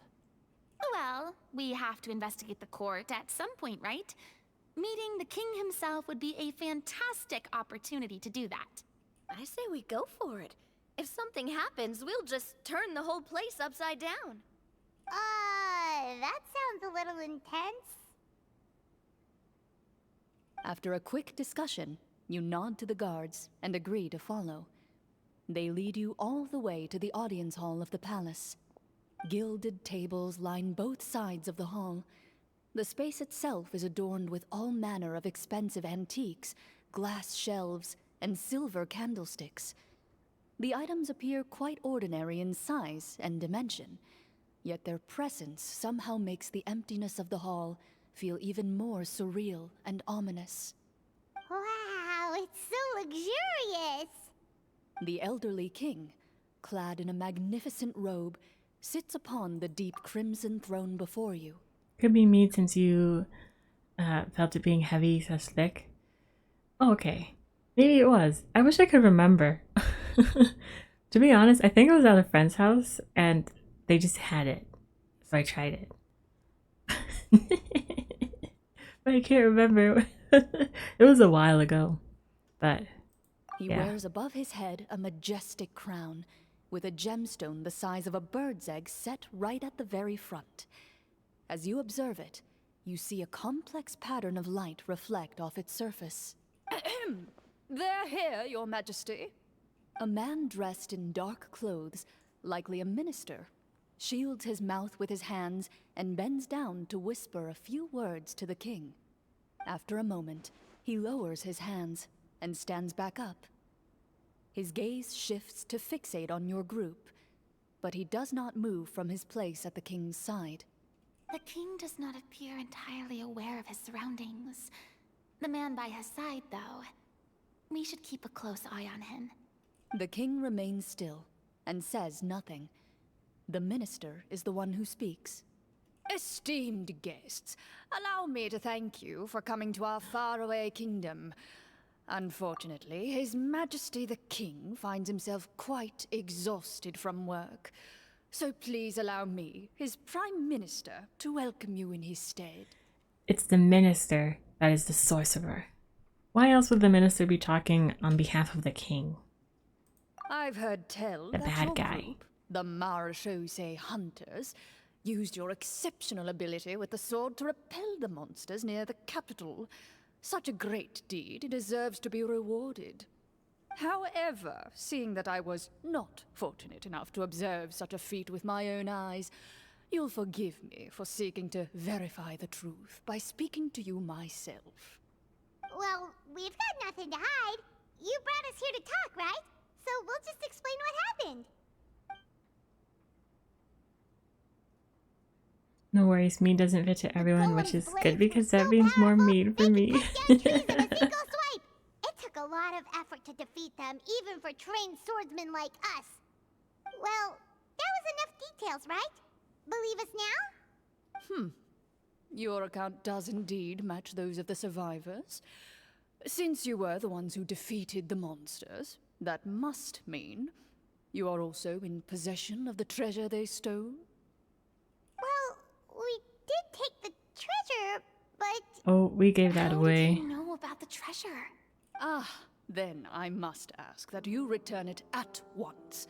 It belongs to the kingdom. Wait, but didn't you just say that our great deed deserved a reward? Shouldn't the treasure be considered a part of that? Yes, that was indeed what I said. But you seem to have forgotten a very important distinction. Only that which is freely given by the king can be considered a reward. Taking the rightful wealth of a kingdom without said permission, on the other hand, is a crime. But that's completely unreasonable. Yeah, that makes no sense! If it weren't for us, the treasure would still be buried underground somewhere! Maybe so, yet the fact remains. You tried to dispose of the treasure without reporting it to the court and without receiving permission, yes? What, no answer?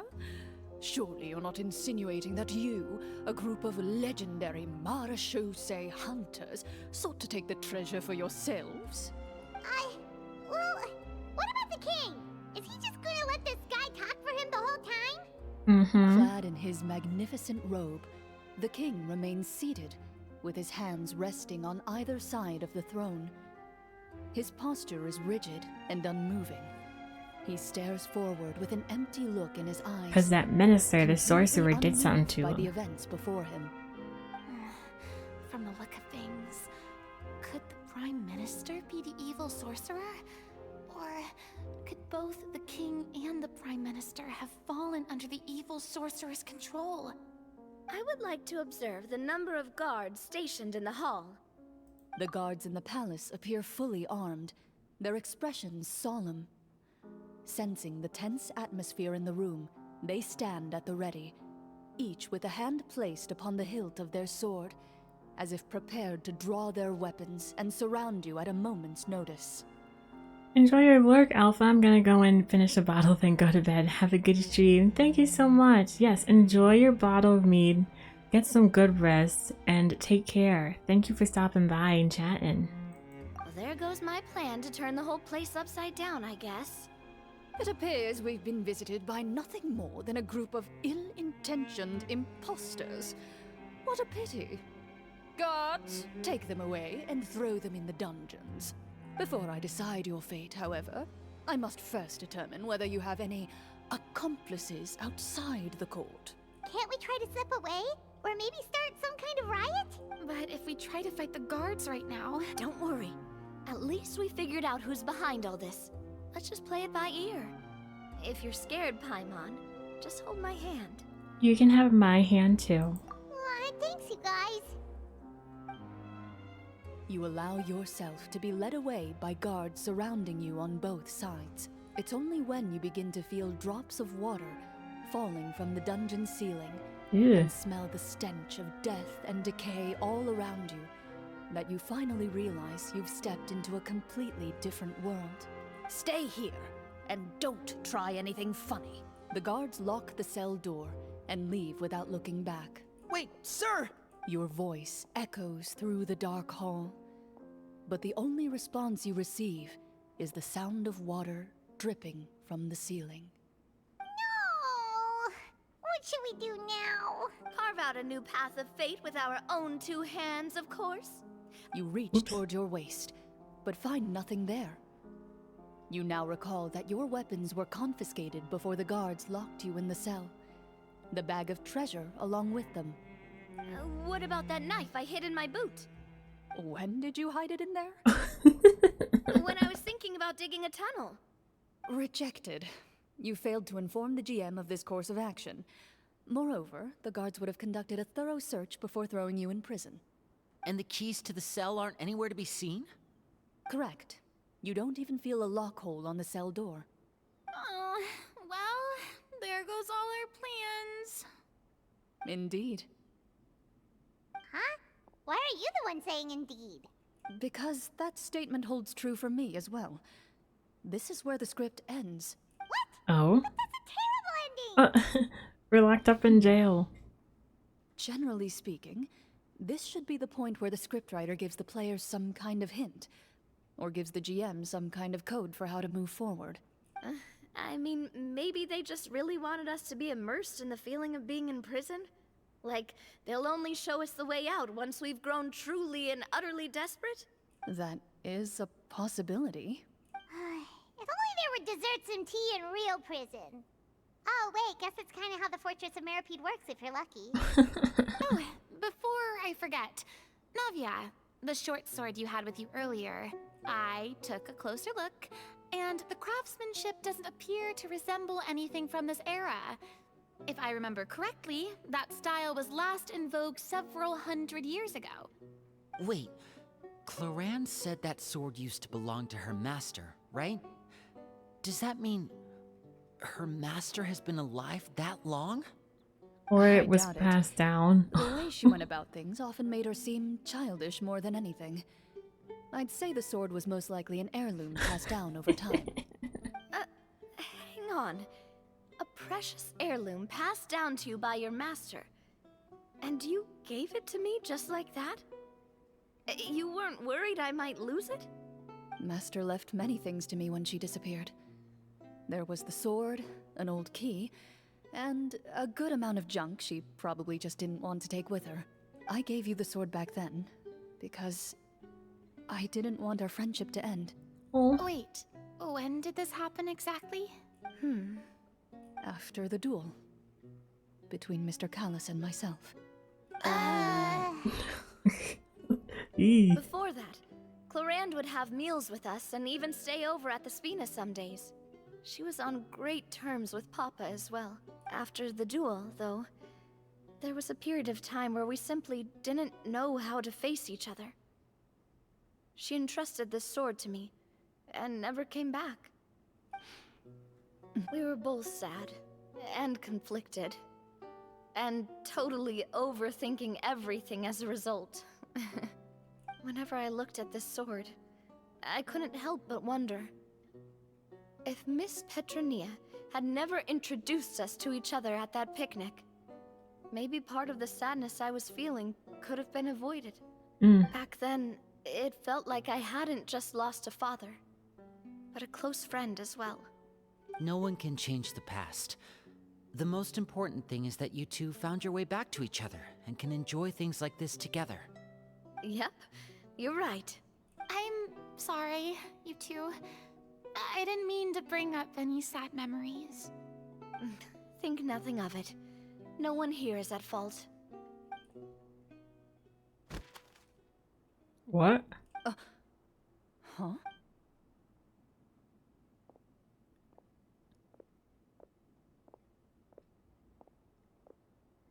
A package?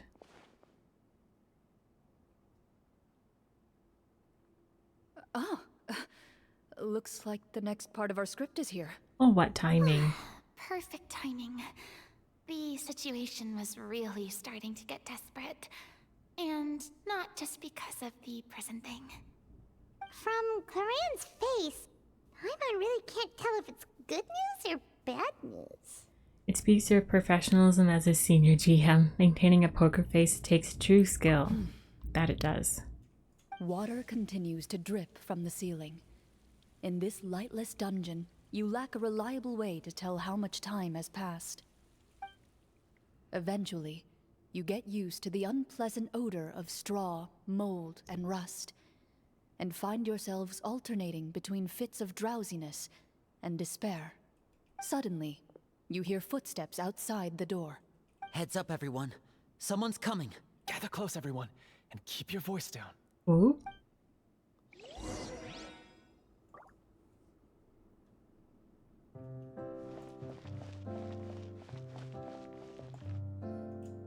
Who are you? I work as a guard in these dungeons, but my true identity is the same as your own. I'm also a Marashose hunter. Huh? Shh. I've already Oh, is sent away this the the other guy? guards, but if we make too much noise... I understand, but how can we be sure we can trust you? The king has issued a formal decree. In light of the irrefutable proof of your crime, you're to be executed before tomorrow's sunrise. If you want to escape, it has to be now. Executed? We barely did anything! Monsters appearing at the same location as the treasure. Could this entire thing have been a trap? There will be time for speculation once we're out of here. As for my identity, I have no way to prove that to you just yet. Infiltrating the capital was difficult, and finding a chance to speak with you has taken a lot out of me. I could go on, but I think we can all agree that now is not the time for details. Doesn't look like we have any other choice. Have you seen our weapons anywhere, sir? Don't worry, I brought them with me. They're just behind the door. Still, these weapons alone won't be enough to defeat the true enemy behind the scenes. His faction is too powerful.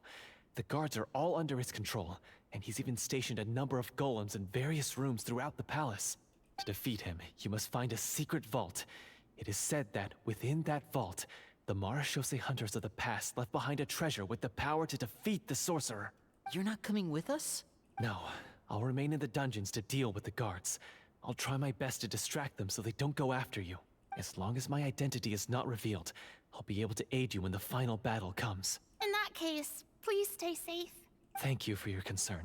I will do my utmost. As for the location of the vault, here, this map should lead you there. Look at his eyes. I'm gonna pretend like I know where that is. Got it. All right, once I open the door, Remember to stick close and refrain from making any noise. Oh, I'll lead you out of here as quickly as possible. don't tell me we're gonna sneak out. You now have the chance to restore the honor and legacy of the Mara Shosei hunters. So please, get out there and reclaim what's... and Oops. be sure to exercise caution. I didn't mean to click. With the help of the guard, you successfully escape the Oh, dungeons. thank God. Your sense of despair and anxiety both seem to fade as you continue your quest.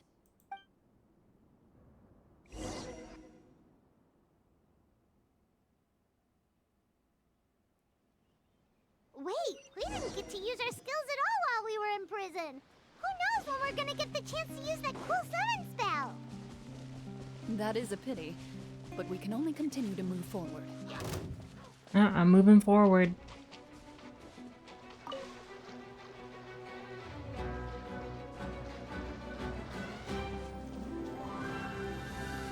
Bum, bum, bum, bum.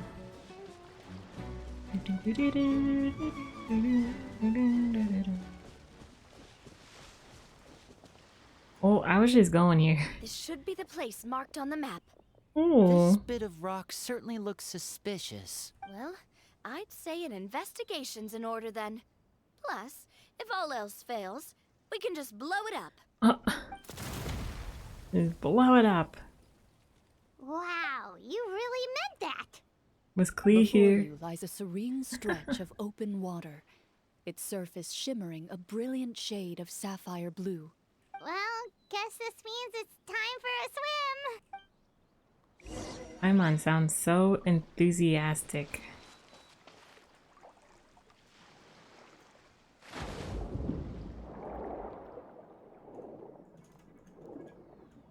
Guess we're going swimming.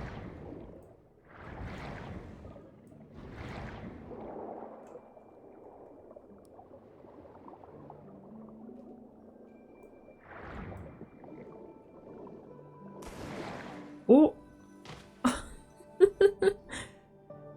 Just dolphin jump out of the water. Fine. Oh, what's the matter? It's nothing. As you step into the cave, you find yourself in an eerily quiet space. Before you lies a narrow passageway that appears to trail off endlessly into the distance. Has she been here before?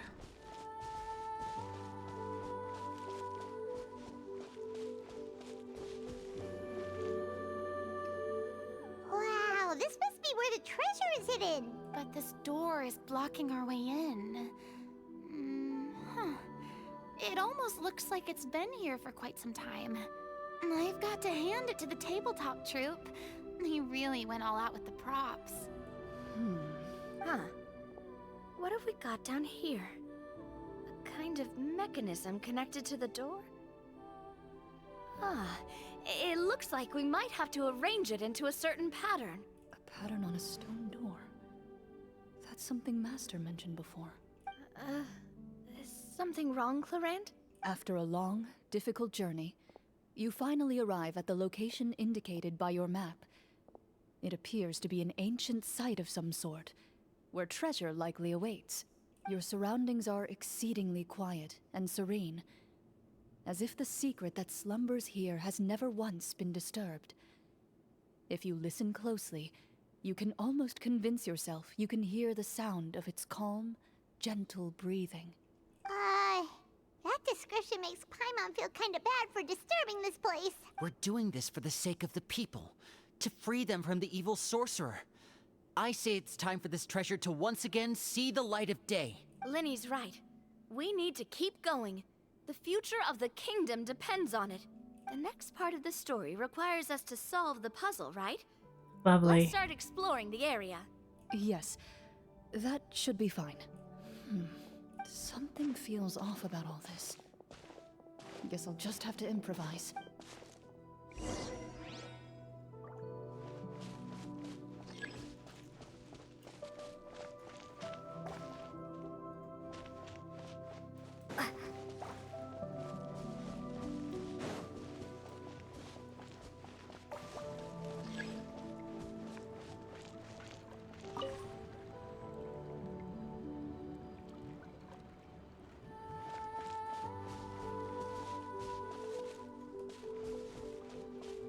I found something. Huh? Found something here, too.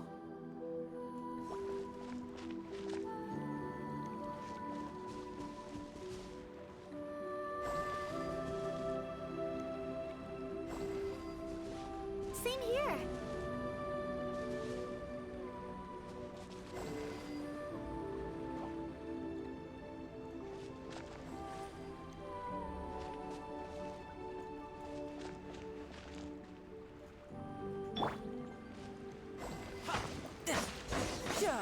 Oh.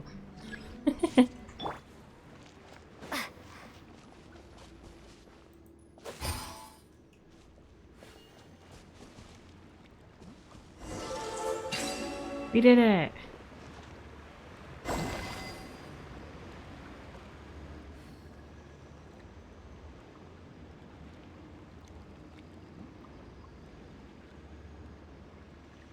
I think.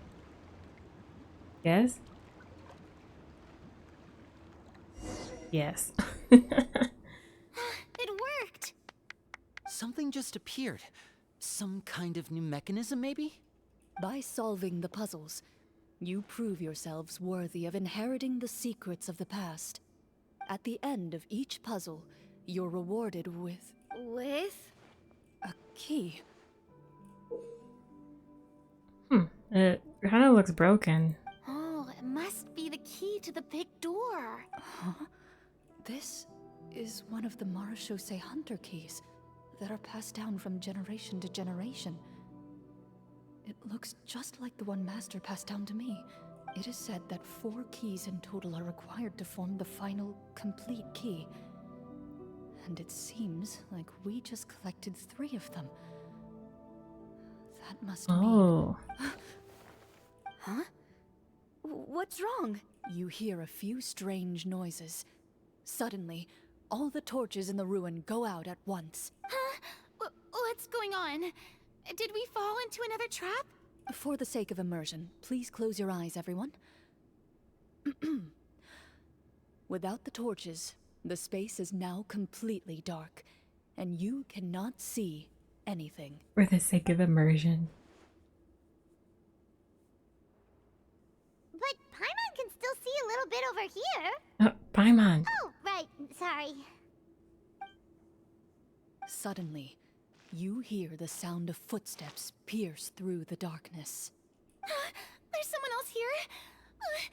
Oh, this is so unsettling. I can't see anything. She peeked. I've been discovered then. Wait, that voice, it's... You recognize the voice as belonging to the guard who led you to this place. It appears he now covets the treasure for himself, and has come to stake his claim. Oh, so this is just part of the script. Then I can probably relax. Well, if we can't see anything, that means we can't fight to the fullest of our abilities. Should we retreat for now? Judging by the way he's holding his sword, he must be a real Marechaussee hunter. But this isn't part of the script. Retreat? That's not the hunter way. If it's dark for us, then it's dark for him. We choose to fight. Your choice is noted. Please keep your eyes closed until I tell you the torches have been relit. This battle will be in the dark. You got it. Well then, let us begin. It is him.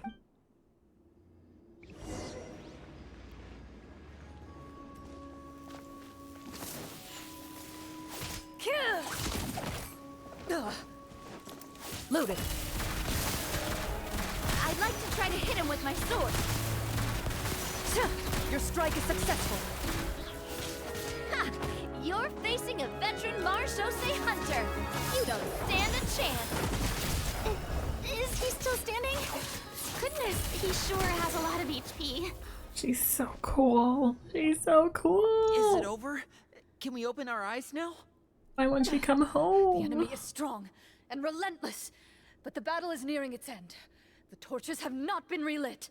What about now? Final strike. Ha!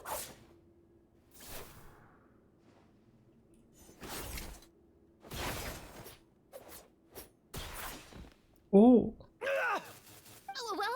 get him?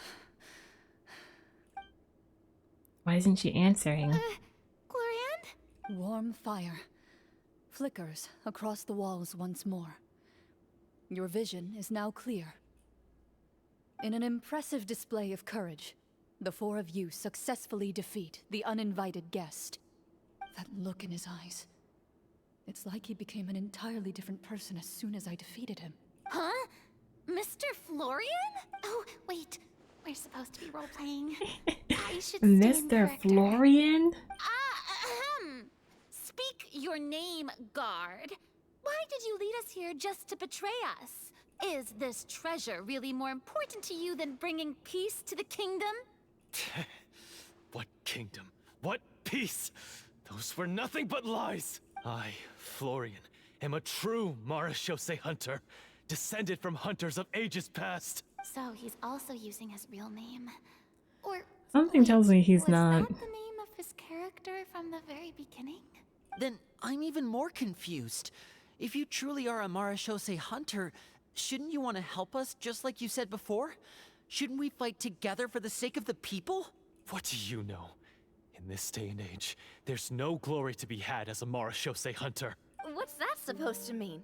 My skills were passed down to me by my father. We lived a life of obscurity in the remote wilderness. Still, he devoted everything he had to being a Marachose hunter. And what did he get in return? A life of poverty and pain. In a world that forgot all about him. When he died, not a single person came to mourn his passing. The Marachose hunters were the ones who saved this city. We're heroes. We deserved more recognition and respect than this. Is he talking about how no one in the capital seems to remember the hunters and their legacy? I didn't expect the script to contain this level of social criticism. So that's why you want to take the treasure for yourself? You feel like you're owed fame and wealth? If you already knew where the treasure was located, why didn't you just come down here and take it? Because I still needed the final key. Oh, snap. Only a true Marachose hunter is capable of passing through this final door. As someone who sought to hurt others for his own gain, Florian lost that right long ago. Okay, but what is this treasure anyway? We've got all the keys, right? So can we just go in and take a look? You're sure you want to go in?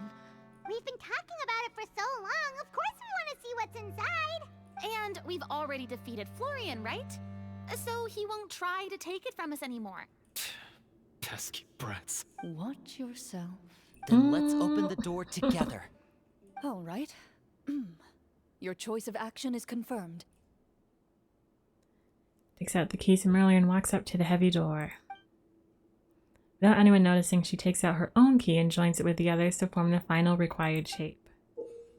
Ah, I see. Before you, the door to the treasure, sealed and undisturbed for more than 100 years, finally swings open. You hear the shrill wail of the door hinge as it rotates for the first time after years of disuse, almost like a sleeping giant letting out an extended yawn. You get the impression that the secrets buried behind this door might be just as heavy as the sound you just heard. It's open! Come on, let's go in! Paimon wants to see what's inside! Ooh, me too! Oh my god. Ugh, uncovering hidden treasure is the most exciting part of adventuring. What do we have here? Uh-huh. A stone tablet? And some shabby weapons? You call this a treasure vault? Looks more like an abandoned warehouse! Maybe the troop ran out of budget at the end? They provided a super immersive experience at the beginning only to drop the ball at the most important part. They could have at least filled this place with cardboard mora or something. Oh my gosh, Paimon. I get it now. Paimon, this is the real Marachose hunter treasure. Huh? This is it? The Marachose hunter treasure is just a stone slab and some broken swords? I can't believe it. I refuse to believe it! Whoa, are you okay? Ooh, is he good? The Marashose hunter before you appears to suffer a serious mental breakdown. He needs to leave the room for a moment to collect himself. One of you seems to understand the significance of the treasure already. If the rest of you wish to follow suit, you may remain here in the meantime and explore your surroundings.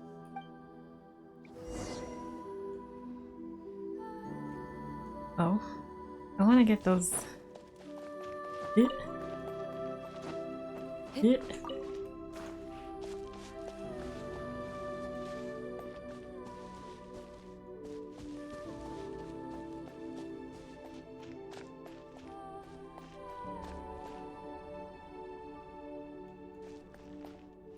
We can talk to them.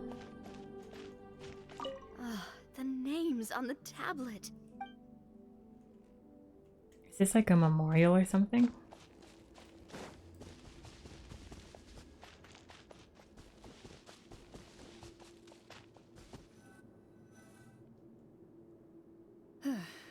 So, how are you doing? Feeling any better? What just happened? Oh, his Do eyes you are remember how you a got normal here? color. Or what happened to your body just now? I remember now. I brought you here because I wanted to...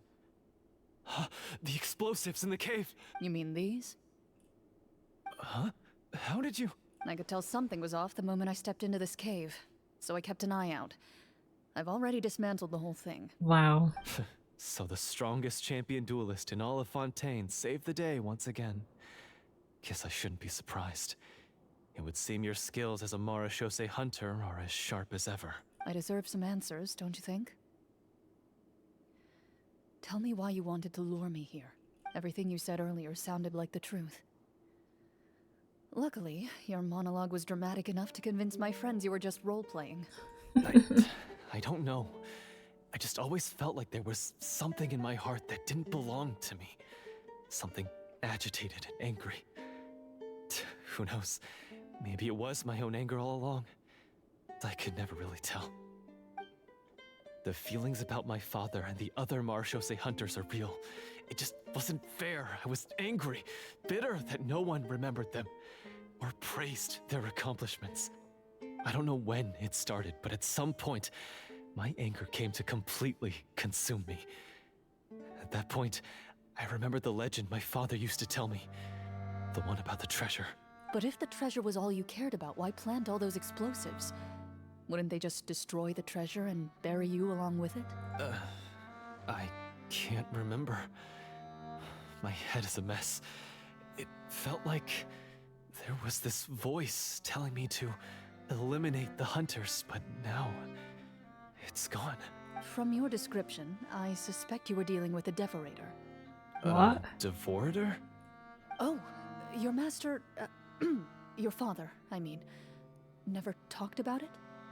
It was a kind of monster that was active several centuries ago. No, I've heard of it. I'm just not sure why you suddenly... Wait, it can't be. The seal! The seal? My family has served as Marashose hunters for many generations. But the title and swordsmanship weren't the only things passed down over our line. There was a seal as well. My father instructed me to always watch over that seal and maintain it regularly. He said it had been passed down over a truly ancient age, and protecting it was our clan's most important duty. But I neglected that duty after he died. I finally decided to come down and check on it one day, and that's where my memories become fuzzy. The Devorator would be a formidable adversary for any mortal being, even ones as capable as the Hunters. If you lacked the power to completely destroy it, you could easily fall prey to its influence and corruption. In light of this, some Marashose hunters chose to seal the Devorator away, in the hopes that a permanent solution would come with the passage of time. I heard it has the power to amplify the obsessions and desires in people's hearts, to the point where they overtake you entirely. It would seem I'm not just lacking in skill with a blade, but in mental fortitude as well. And yet, you were able to retrieve 3 of the 4 keys. If I remember correctly, each was entrusted to a respected and capable hunter. How did you manage it? One of them belonged to my father. The second I stole from a different hunter. And the third was one that I snatched while the person was on the way home from the tavern. I nearly died in that alley. I wonder why. I know just how strong you are. It's as clear as day to everyone in Fontaine. I observed you from dusk to dawn, but could never find any opportunity to sneak up on you. I never even saw you drink a single glass of liquor. The only way I could think to obtain that last key was to lure you here using your hobby, and then... Wow. Oh, I get it now. That monster, it wanted to bury you here alongside the treasure. I won't comment on anything else, but the script was good. That was a good script. Well, I did pour my heart and soul into it. The stories my father used to tell me about the glory of the heroic Marachose hunters and how they came to be forgotten. It's more than just a story. Huh? You're proud to be a hunter. You're still holding onto that part of yourself, no matter how small. I have done so many despicable things. I have nothing to be proud of. Then explain the purpose of the evil sorcerer in your story. Huh? Isn't he the true antagonist? The one who sought nothing but his own gain, and used the people as pawns to attain it? In your heart of hearts, he was the one you truly wanted to defeat. But I've already tainted my sword. I no longer have any right to... Wake up, Florian. Remember how you introduced yourself earlier. Do you really think the hunters acted out of a desire for honor and glory? Or to be loved and acknowledged by the people? What did your father teach you about our order? You do not wield your sword for yourself, but to protect those you serve. There's nothing special about a blade. It's the intentions of the wielder that matter above all else. Do you still not understand? Even after seeing the treasure for yourself? The contents of that room, they represent the true legacy the hunters left behind. Hmm. You're right. I am a Marachose hunter. It's time for me to redeem, no, to finally serve the people I vowed to protect all along. I wouldn't be so quick to push aside the need for redemption. I know. That's a charge I won't bother to defend myself against. Good. Then, come with me. And help me see the script through to the end. Huh? See the script through to the end? But there's no more script left. Never finished it, huh? No, I mean, I wrote the script with the sole purpose of luring you all here. There was no reason to write beyond this point. Then we'll just have to keep writing it. The evil sorcerer still needs to be defeated. You mean the Devorator? Are you saying I have to make up the rest of the script as we go along? Is that really so hard? You've already written most of it. Surely you can write an ending where the hunters win and justice prevails. I'll be there to help you too. You aren't afraid your party will fall into danger? I know what my friends are capable of, and they're all quite skilled. Besides, I need their help.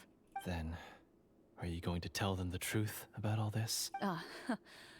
I don't intend to spoil the fun. Sometimes, protecting dreams and fantasies is more important than exposing the truth. Don't you think? Meet up with the others.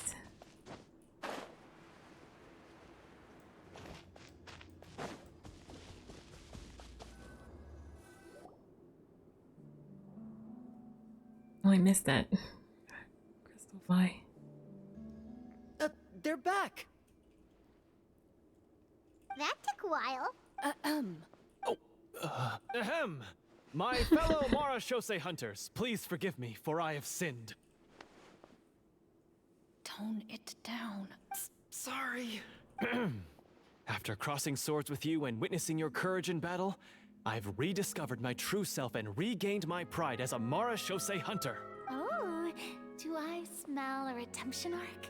I confess, I was brainwashed by the evil sorcerer. He asked me to lure you here so he could bury you in this cave. That little... Wait, you're saying all of that wasn't you, but the evil sorcerer? That's right. He's adept at manipulating the hearts and minds of the people. I fell under his influence because I did not possess a strong enough sense of will. Huh, prove that you're a changed man.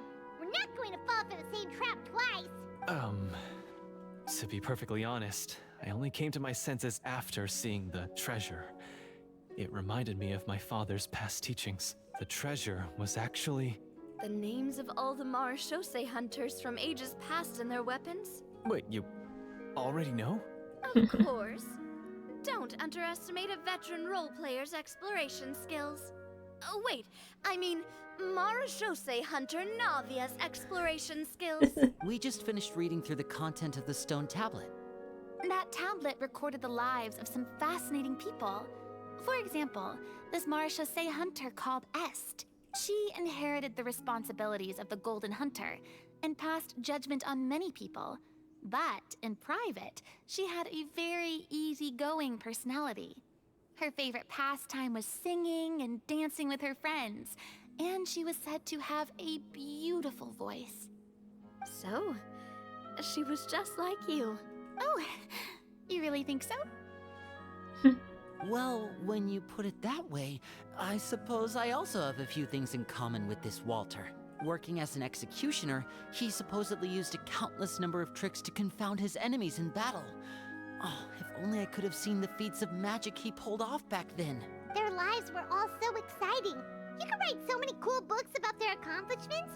How could they have all been forgotten? Because they chose to be.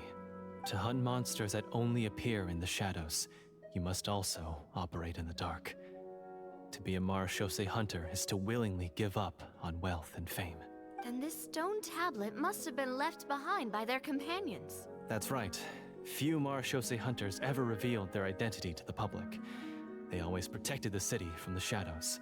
The only time they spoke of their accomplishments would be at night, when they gathered with their fellow hunters in front of the bonfire to share stories of the monsters slain by their hand.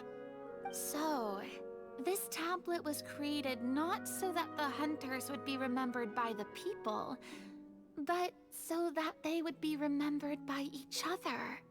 No wonder this place was so well hidden. You regard the stone tablet in solemn silence. The names of your comrades etched onto its surface serve as a reminder that you are never truly alone. The tablet proves that, although a hunter walks a shrouded path, it is not a solitary one. There will always be those who walk beside you, a fact that remains as true today as in ages long past. Their legacies shall continue to be passed down from generation to generation, as everlasting as the stone onto which their names are carved. Father, you once told me that I should seek out the treasure if I ever became lost. So this is what you wanted me to find. I've decided to trust you, Florian. Thank you, my friend. You are very kind. I implore you, everyone, please give me a chance to make up for all I've done. Allow me to fight alongside you and defeat the evil sorcerer that threatens the peace and prosperity of everyone in this kingdom. In this basement. I say we let you join. Sounds good to me too. Everyone makes mistakes. What matters is what you do to make up for them. Everybody makes I have mistakes. no objections, but... Mr. Florian, do you even know how to defeat the evil sorcerer?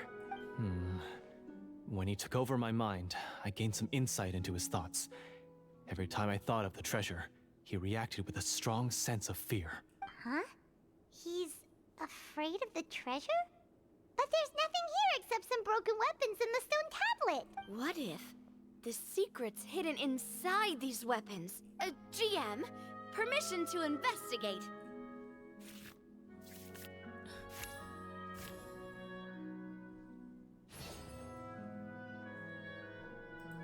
At first glance, the weapons appear absolutely ordinary. But as you observe them, you notice a faint energy emanating from within. These blades have slain countless monsters. Though it's been a long time since they were used in battle, their edges remain sharp, as if they're simply waiting for the next worthy hunter to carry on their legacy. So basically take these with us, right? I'll take this weapon, since it used to belong to Est. Maybe it'll find comfort in being held by someone who appreciates the arts. Good idea. I'll take Mr. Walter's bow then. From one archer magician to another. Paimon's gonna pick a cool weapon too!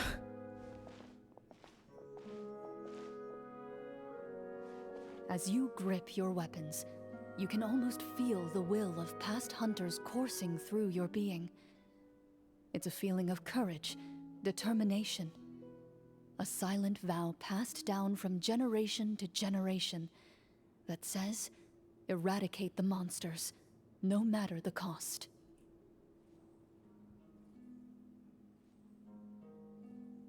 Mr. Florian, do you know where to find the evil sorcerer?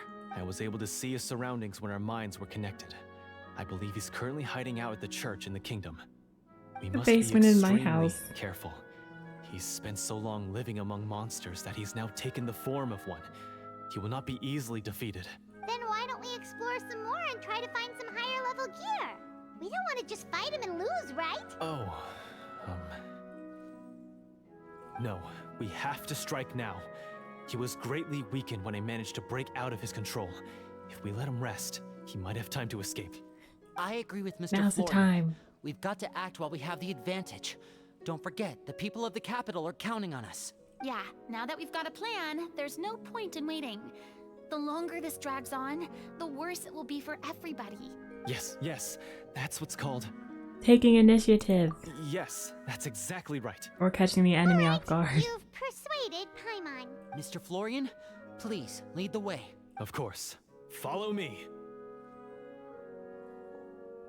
He had to set up so many scenes today, and now he has to join in for this last part. I really don't envy his job.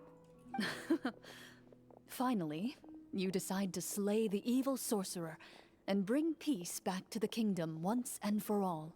As you walk away, you feel the gaze of the stone tablet at your back, as if all the hunters of the past are wishing you success in the battle ahead and awaiting your triumphant return. Sorry I keep yawning. I feel bad. I can't help it though.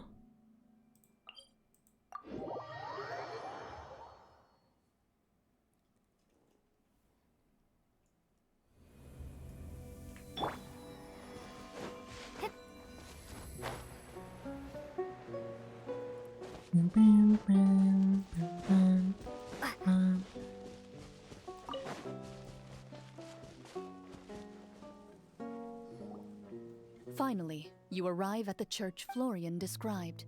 The As you basement. approach, an ominous aura surrounds you. You get the sense that your enemy is close at hand. How strange. This uneasy feeling seems so real. How did they manage that? Now, it is time for the final battle. Let's go.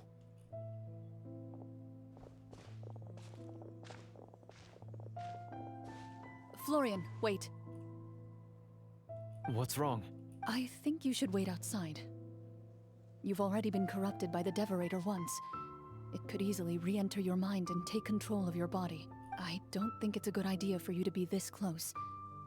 If it corrupts you again, it's possible you might take on a new form entirely. Oh. That's exactly why I have to go.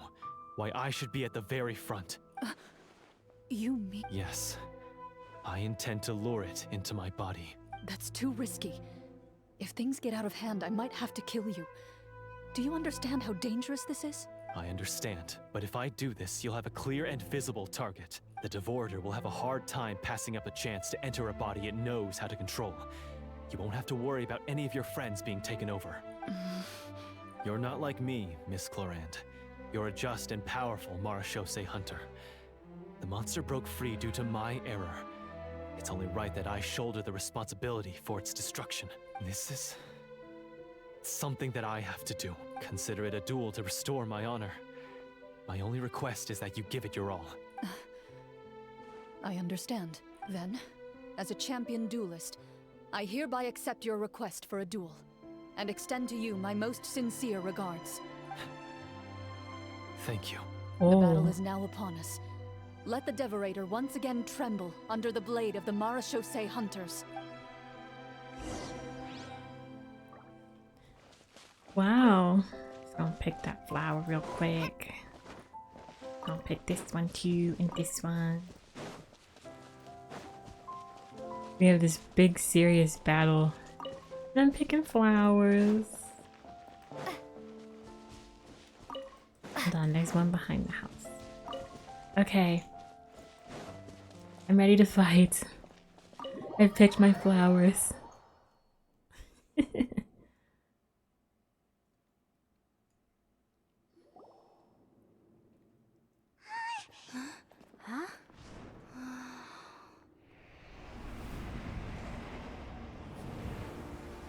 Ooh. Ooh, yikes.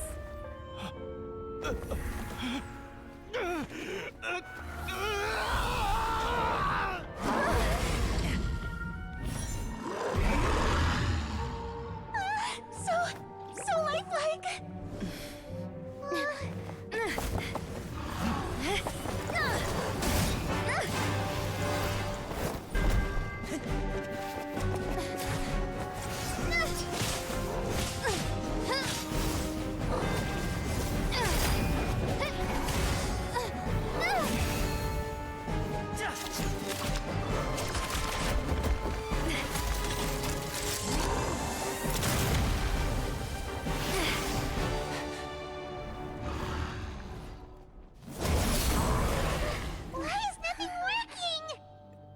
This foe is not invincible.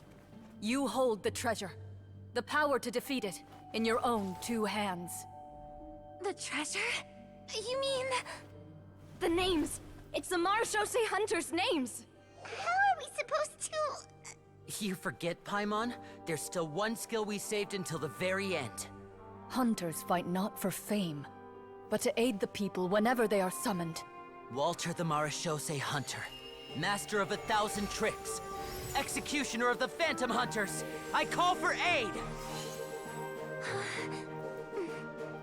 Est, the Marashose Hunter, inheritor of Cassiodor's will, judge of the Shadow Hunters. Answer my call! That's so cool. Petronia, protector of justice and order. The hunter I respect the most. Thank you for saving my friend, the best one I'll ever know. Please, lend us your strength.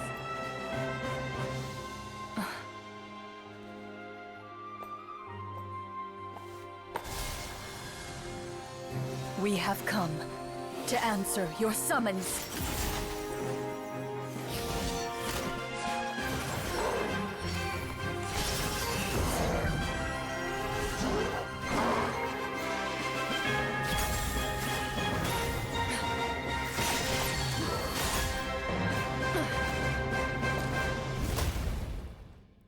What the heck?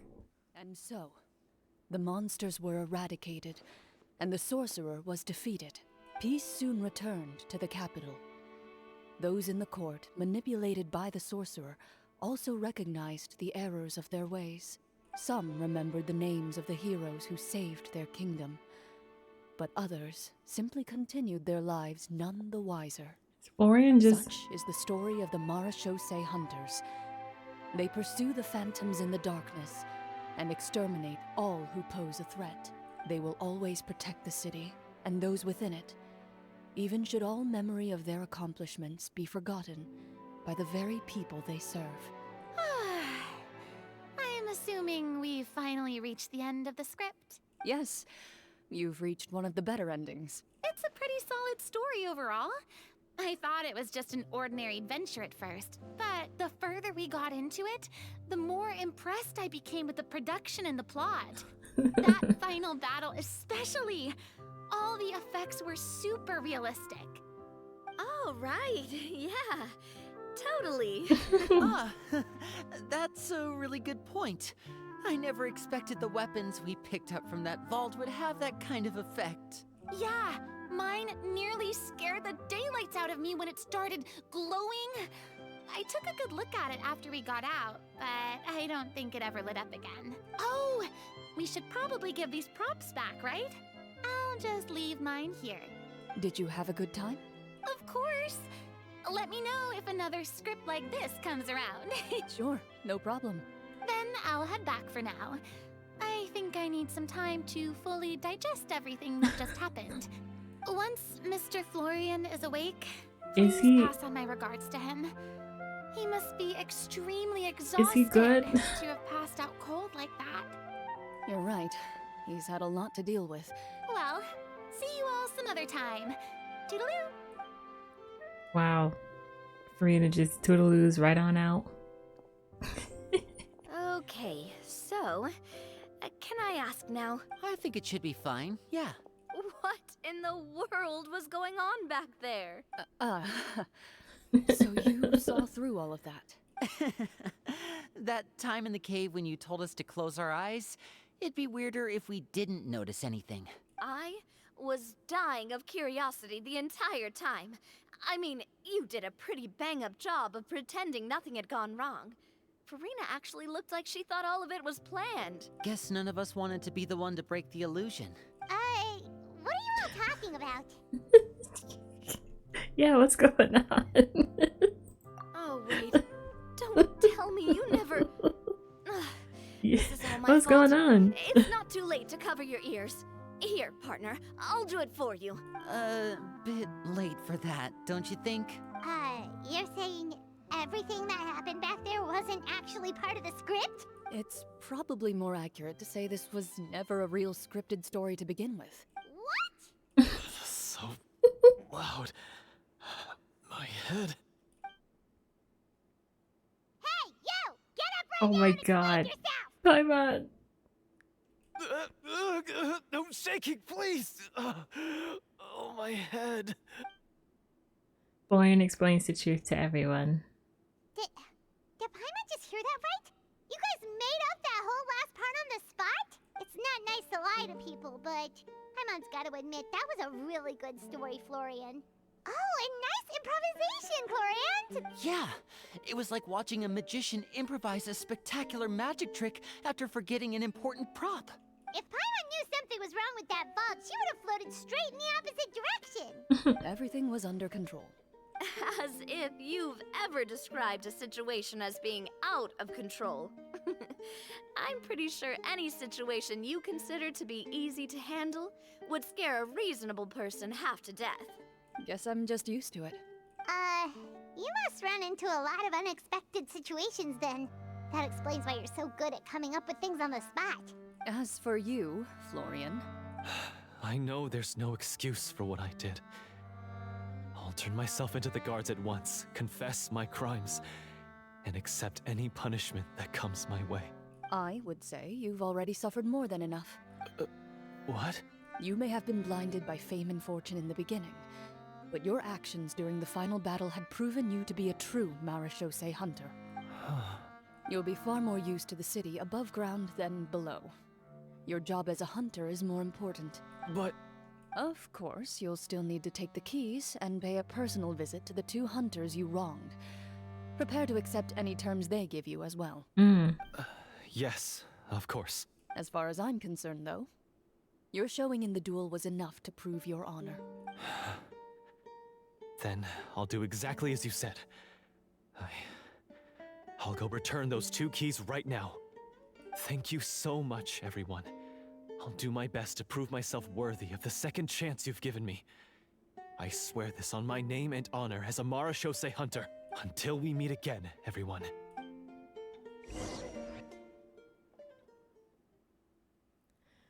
That was a good story.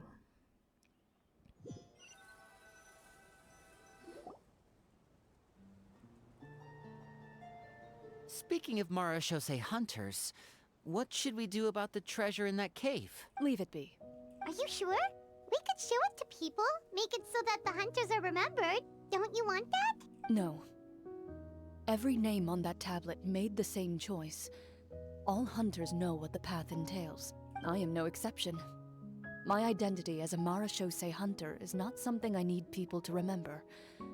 I wish only to be recognized as a champion duelist. Nothing more.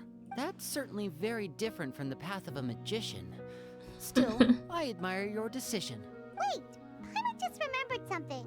If there were no special effects involved, Why did our weapons begin to glow during the battle? That's because the Marachose hunters of ages past would often imbue their weapons with special enchantments to suppress the monsters. Whenever a monster was nearby, their weapons would start to glow. Oh, so that's why they had an effect on that guy near the end. I really thought the summons were doing all the work. Well, I'm sure the summons were a part of it too. Oh? How so? This particular Devorator probably hailed from the same era as the hunters we saw in the room. The names you recited all belonged to the bravest hunters. Countless monsters fell to their blades. That's likely why the Devorator visibly reacted when you said them out loud. So the names held the power all along. Navia. Everything you said during your summon. Huh? Oh, I meant what I said. I mean, it was true to my character, so yeah, I'm glad you heard it. Just don't make me repeat myself. It's embarrassing. I really appreciated those words. All right. Don't get all sentimental on me. Anyway, let's not talk about that anymore. I'm going to go on ahead. Don't fall too far behind now. She ran off.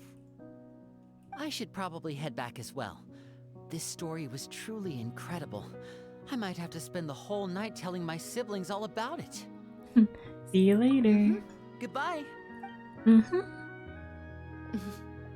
Traveler, should your name and deeds be forgotten, what do you think the significance of your journey will be? I suppose the significance would be the journey itself and the world we helped create. There's still value in the time I shared with everyone here, in the things we were able to accomplish, even if no one remembers them. A great answer. I'll remember it. What would your answer be, Clorinde? Me? The Marachose hunter says nothing in response to that question. Perhaps her answer lies in her silence. An unspoken vow left to echo through the night. The path she walks needs no explanation. Wow. That was really good. Oh, we got the book too. Character album. What?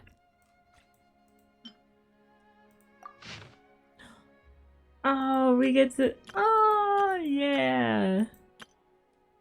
I want those outfits as like skins in the game. That was cute. That was cute. From doing that and doing the events, we can do a couple more polls. I'm not hopeful. I think we're like 42 polls in, so this is 43. 44. 45. 4-star. Toma. 46. I didn't even get Sethos.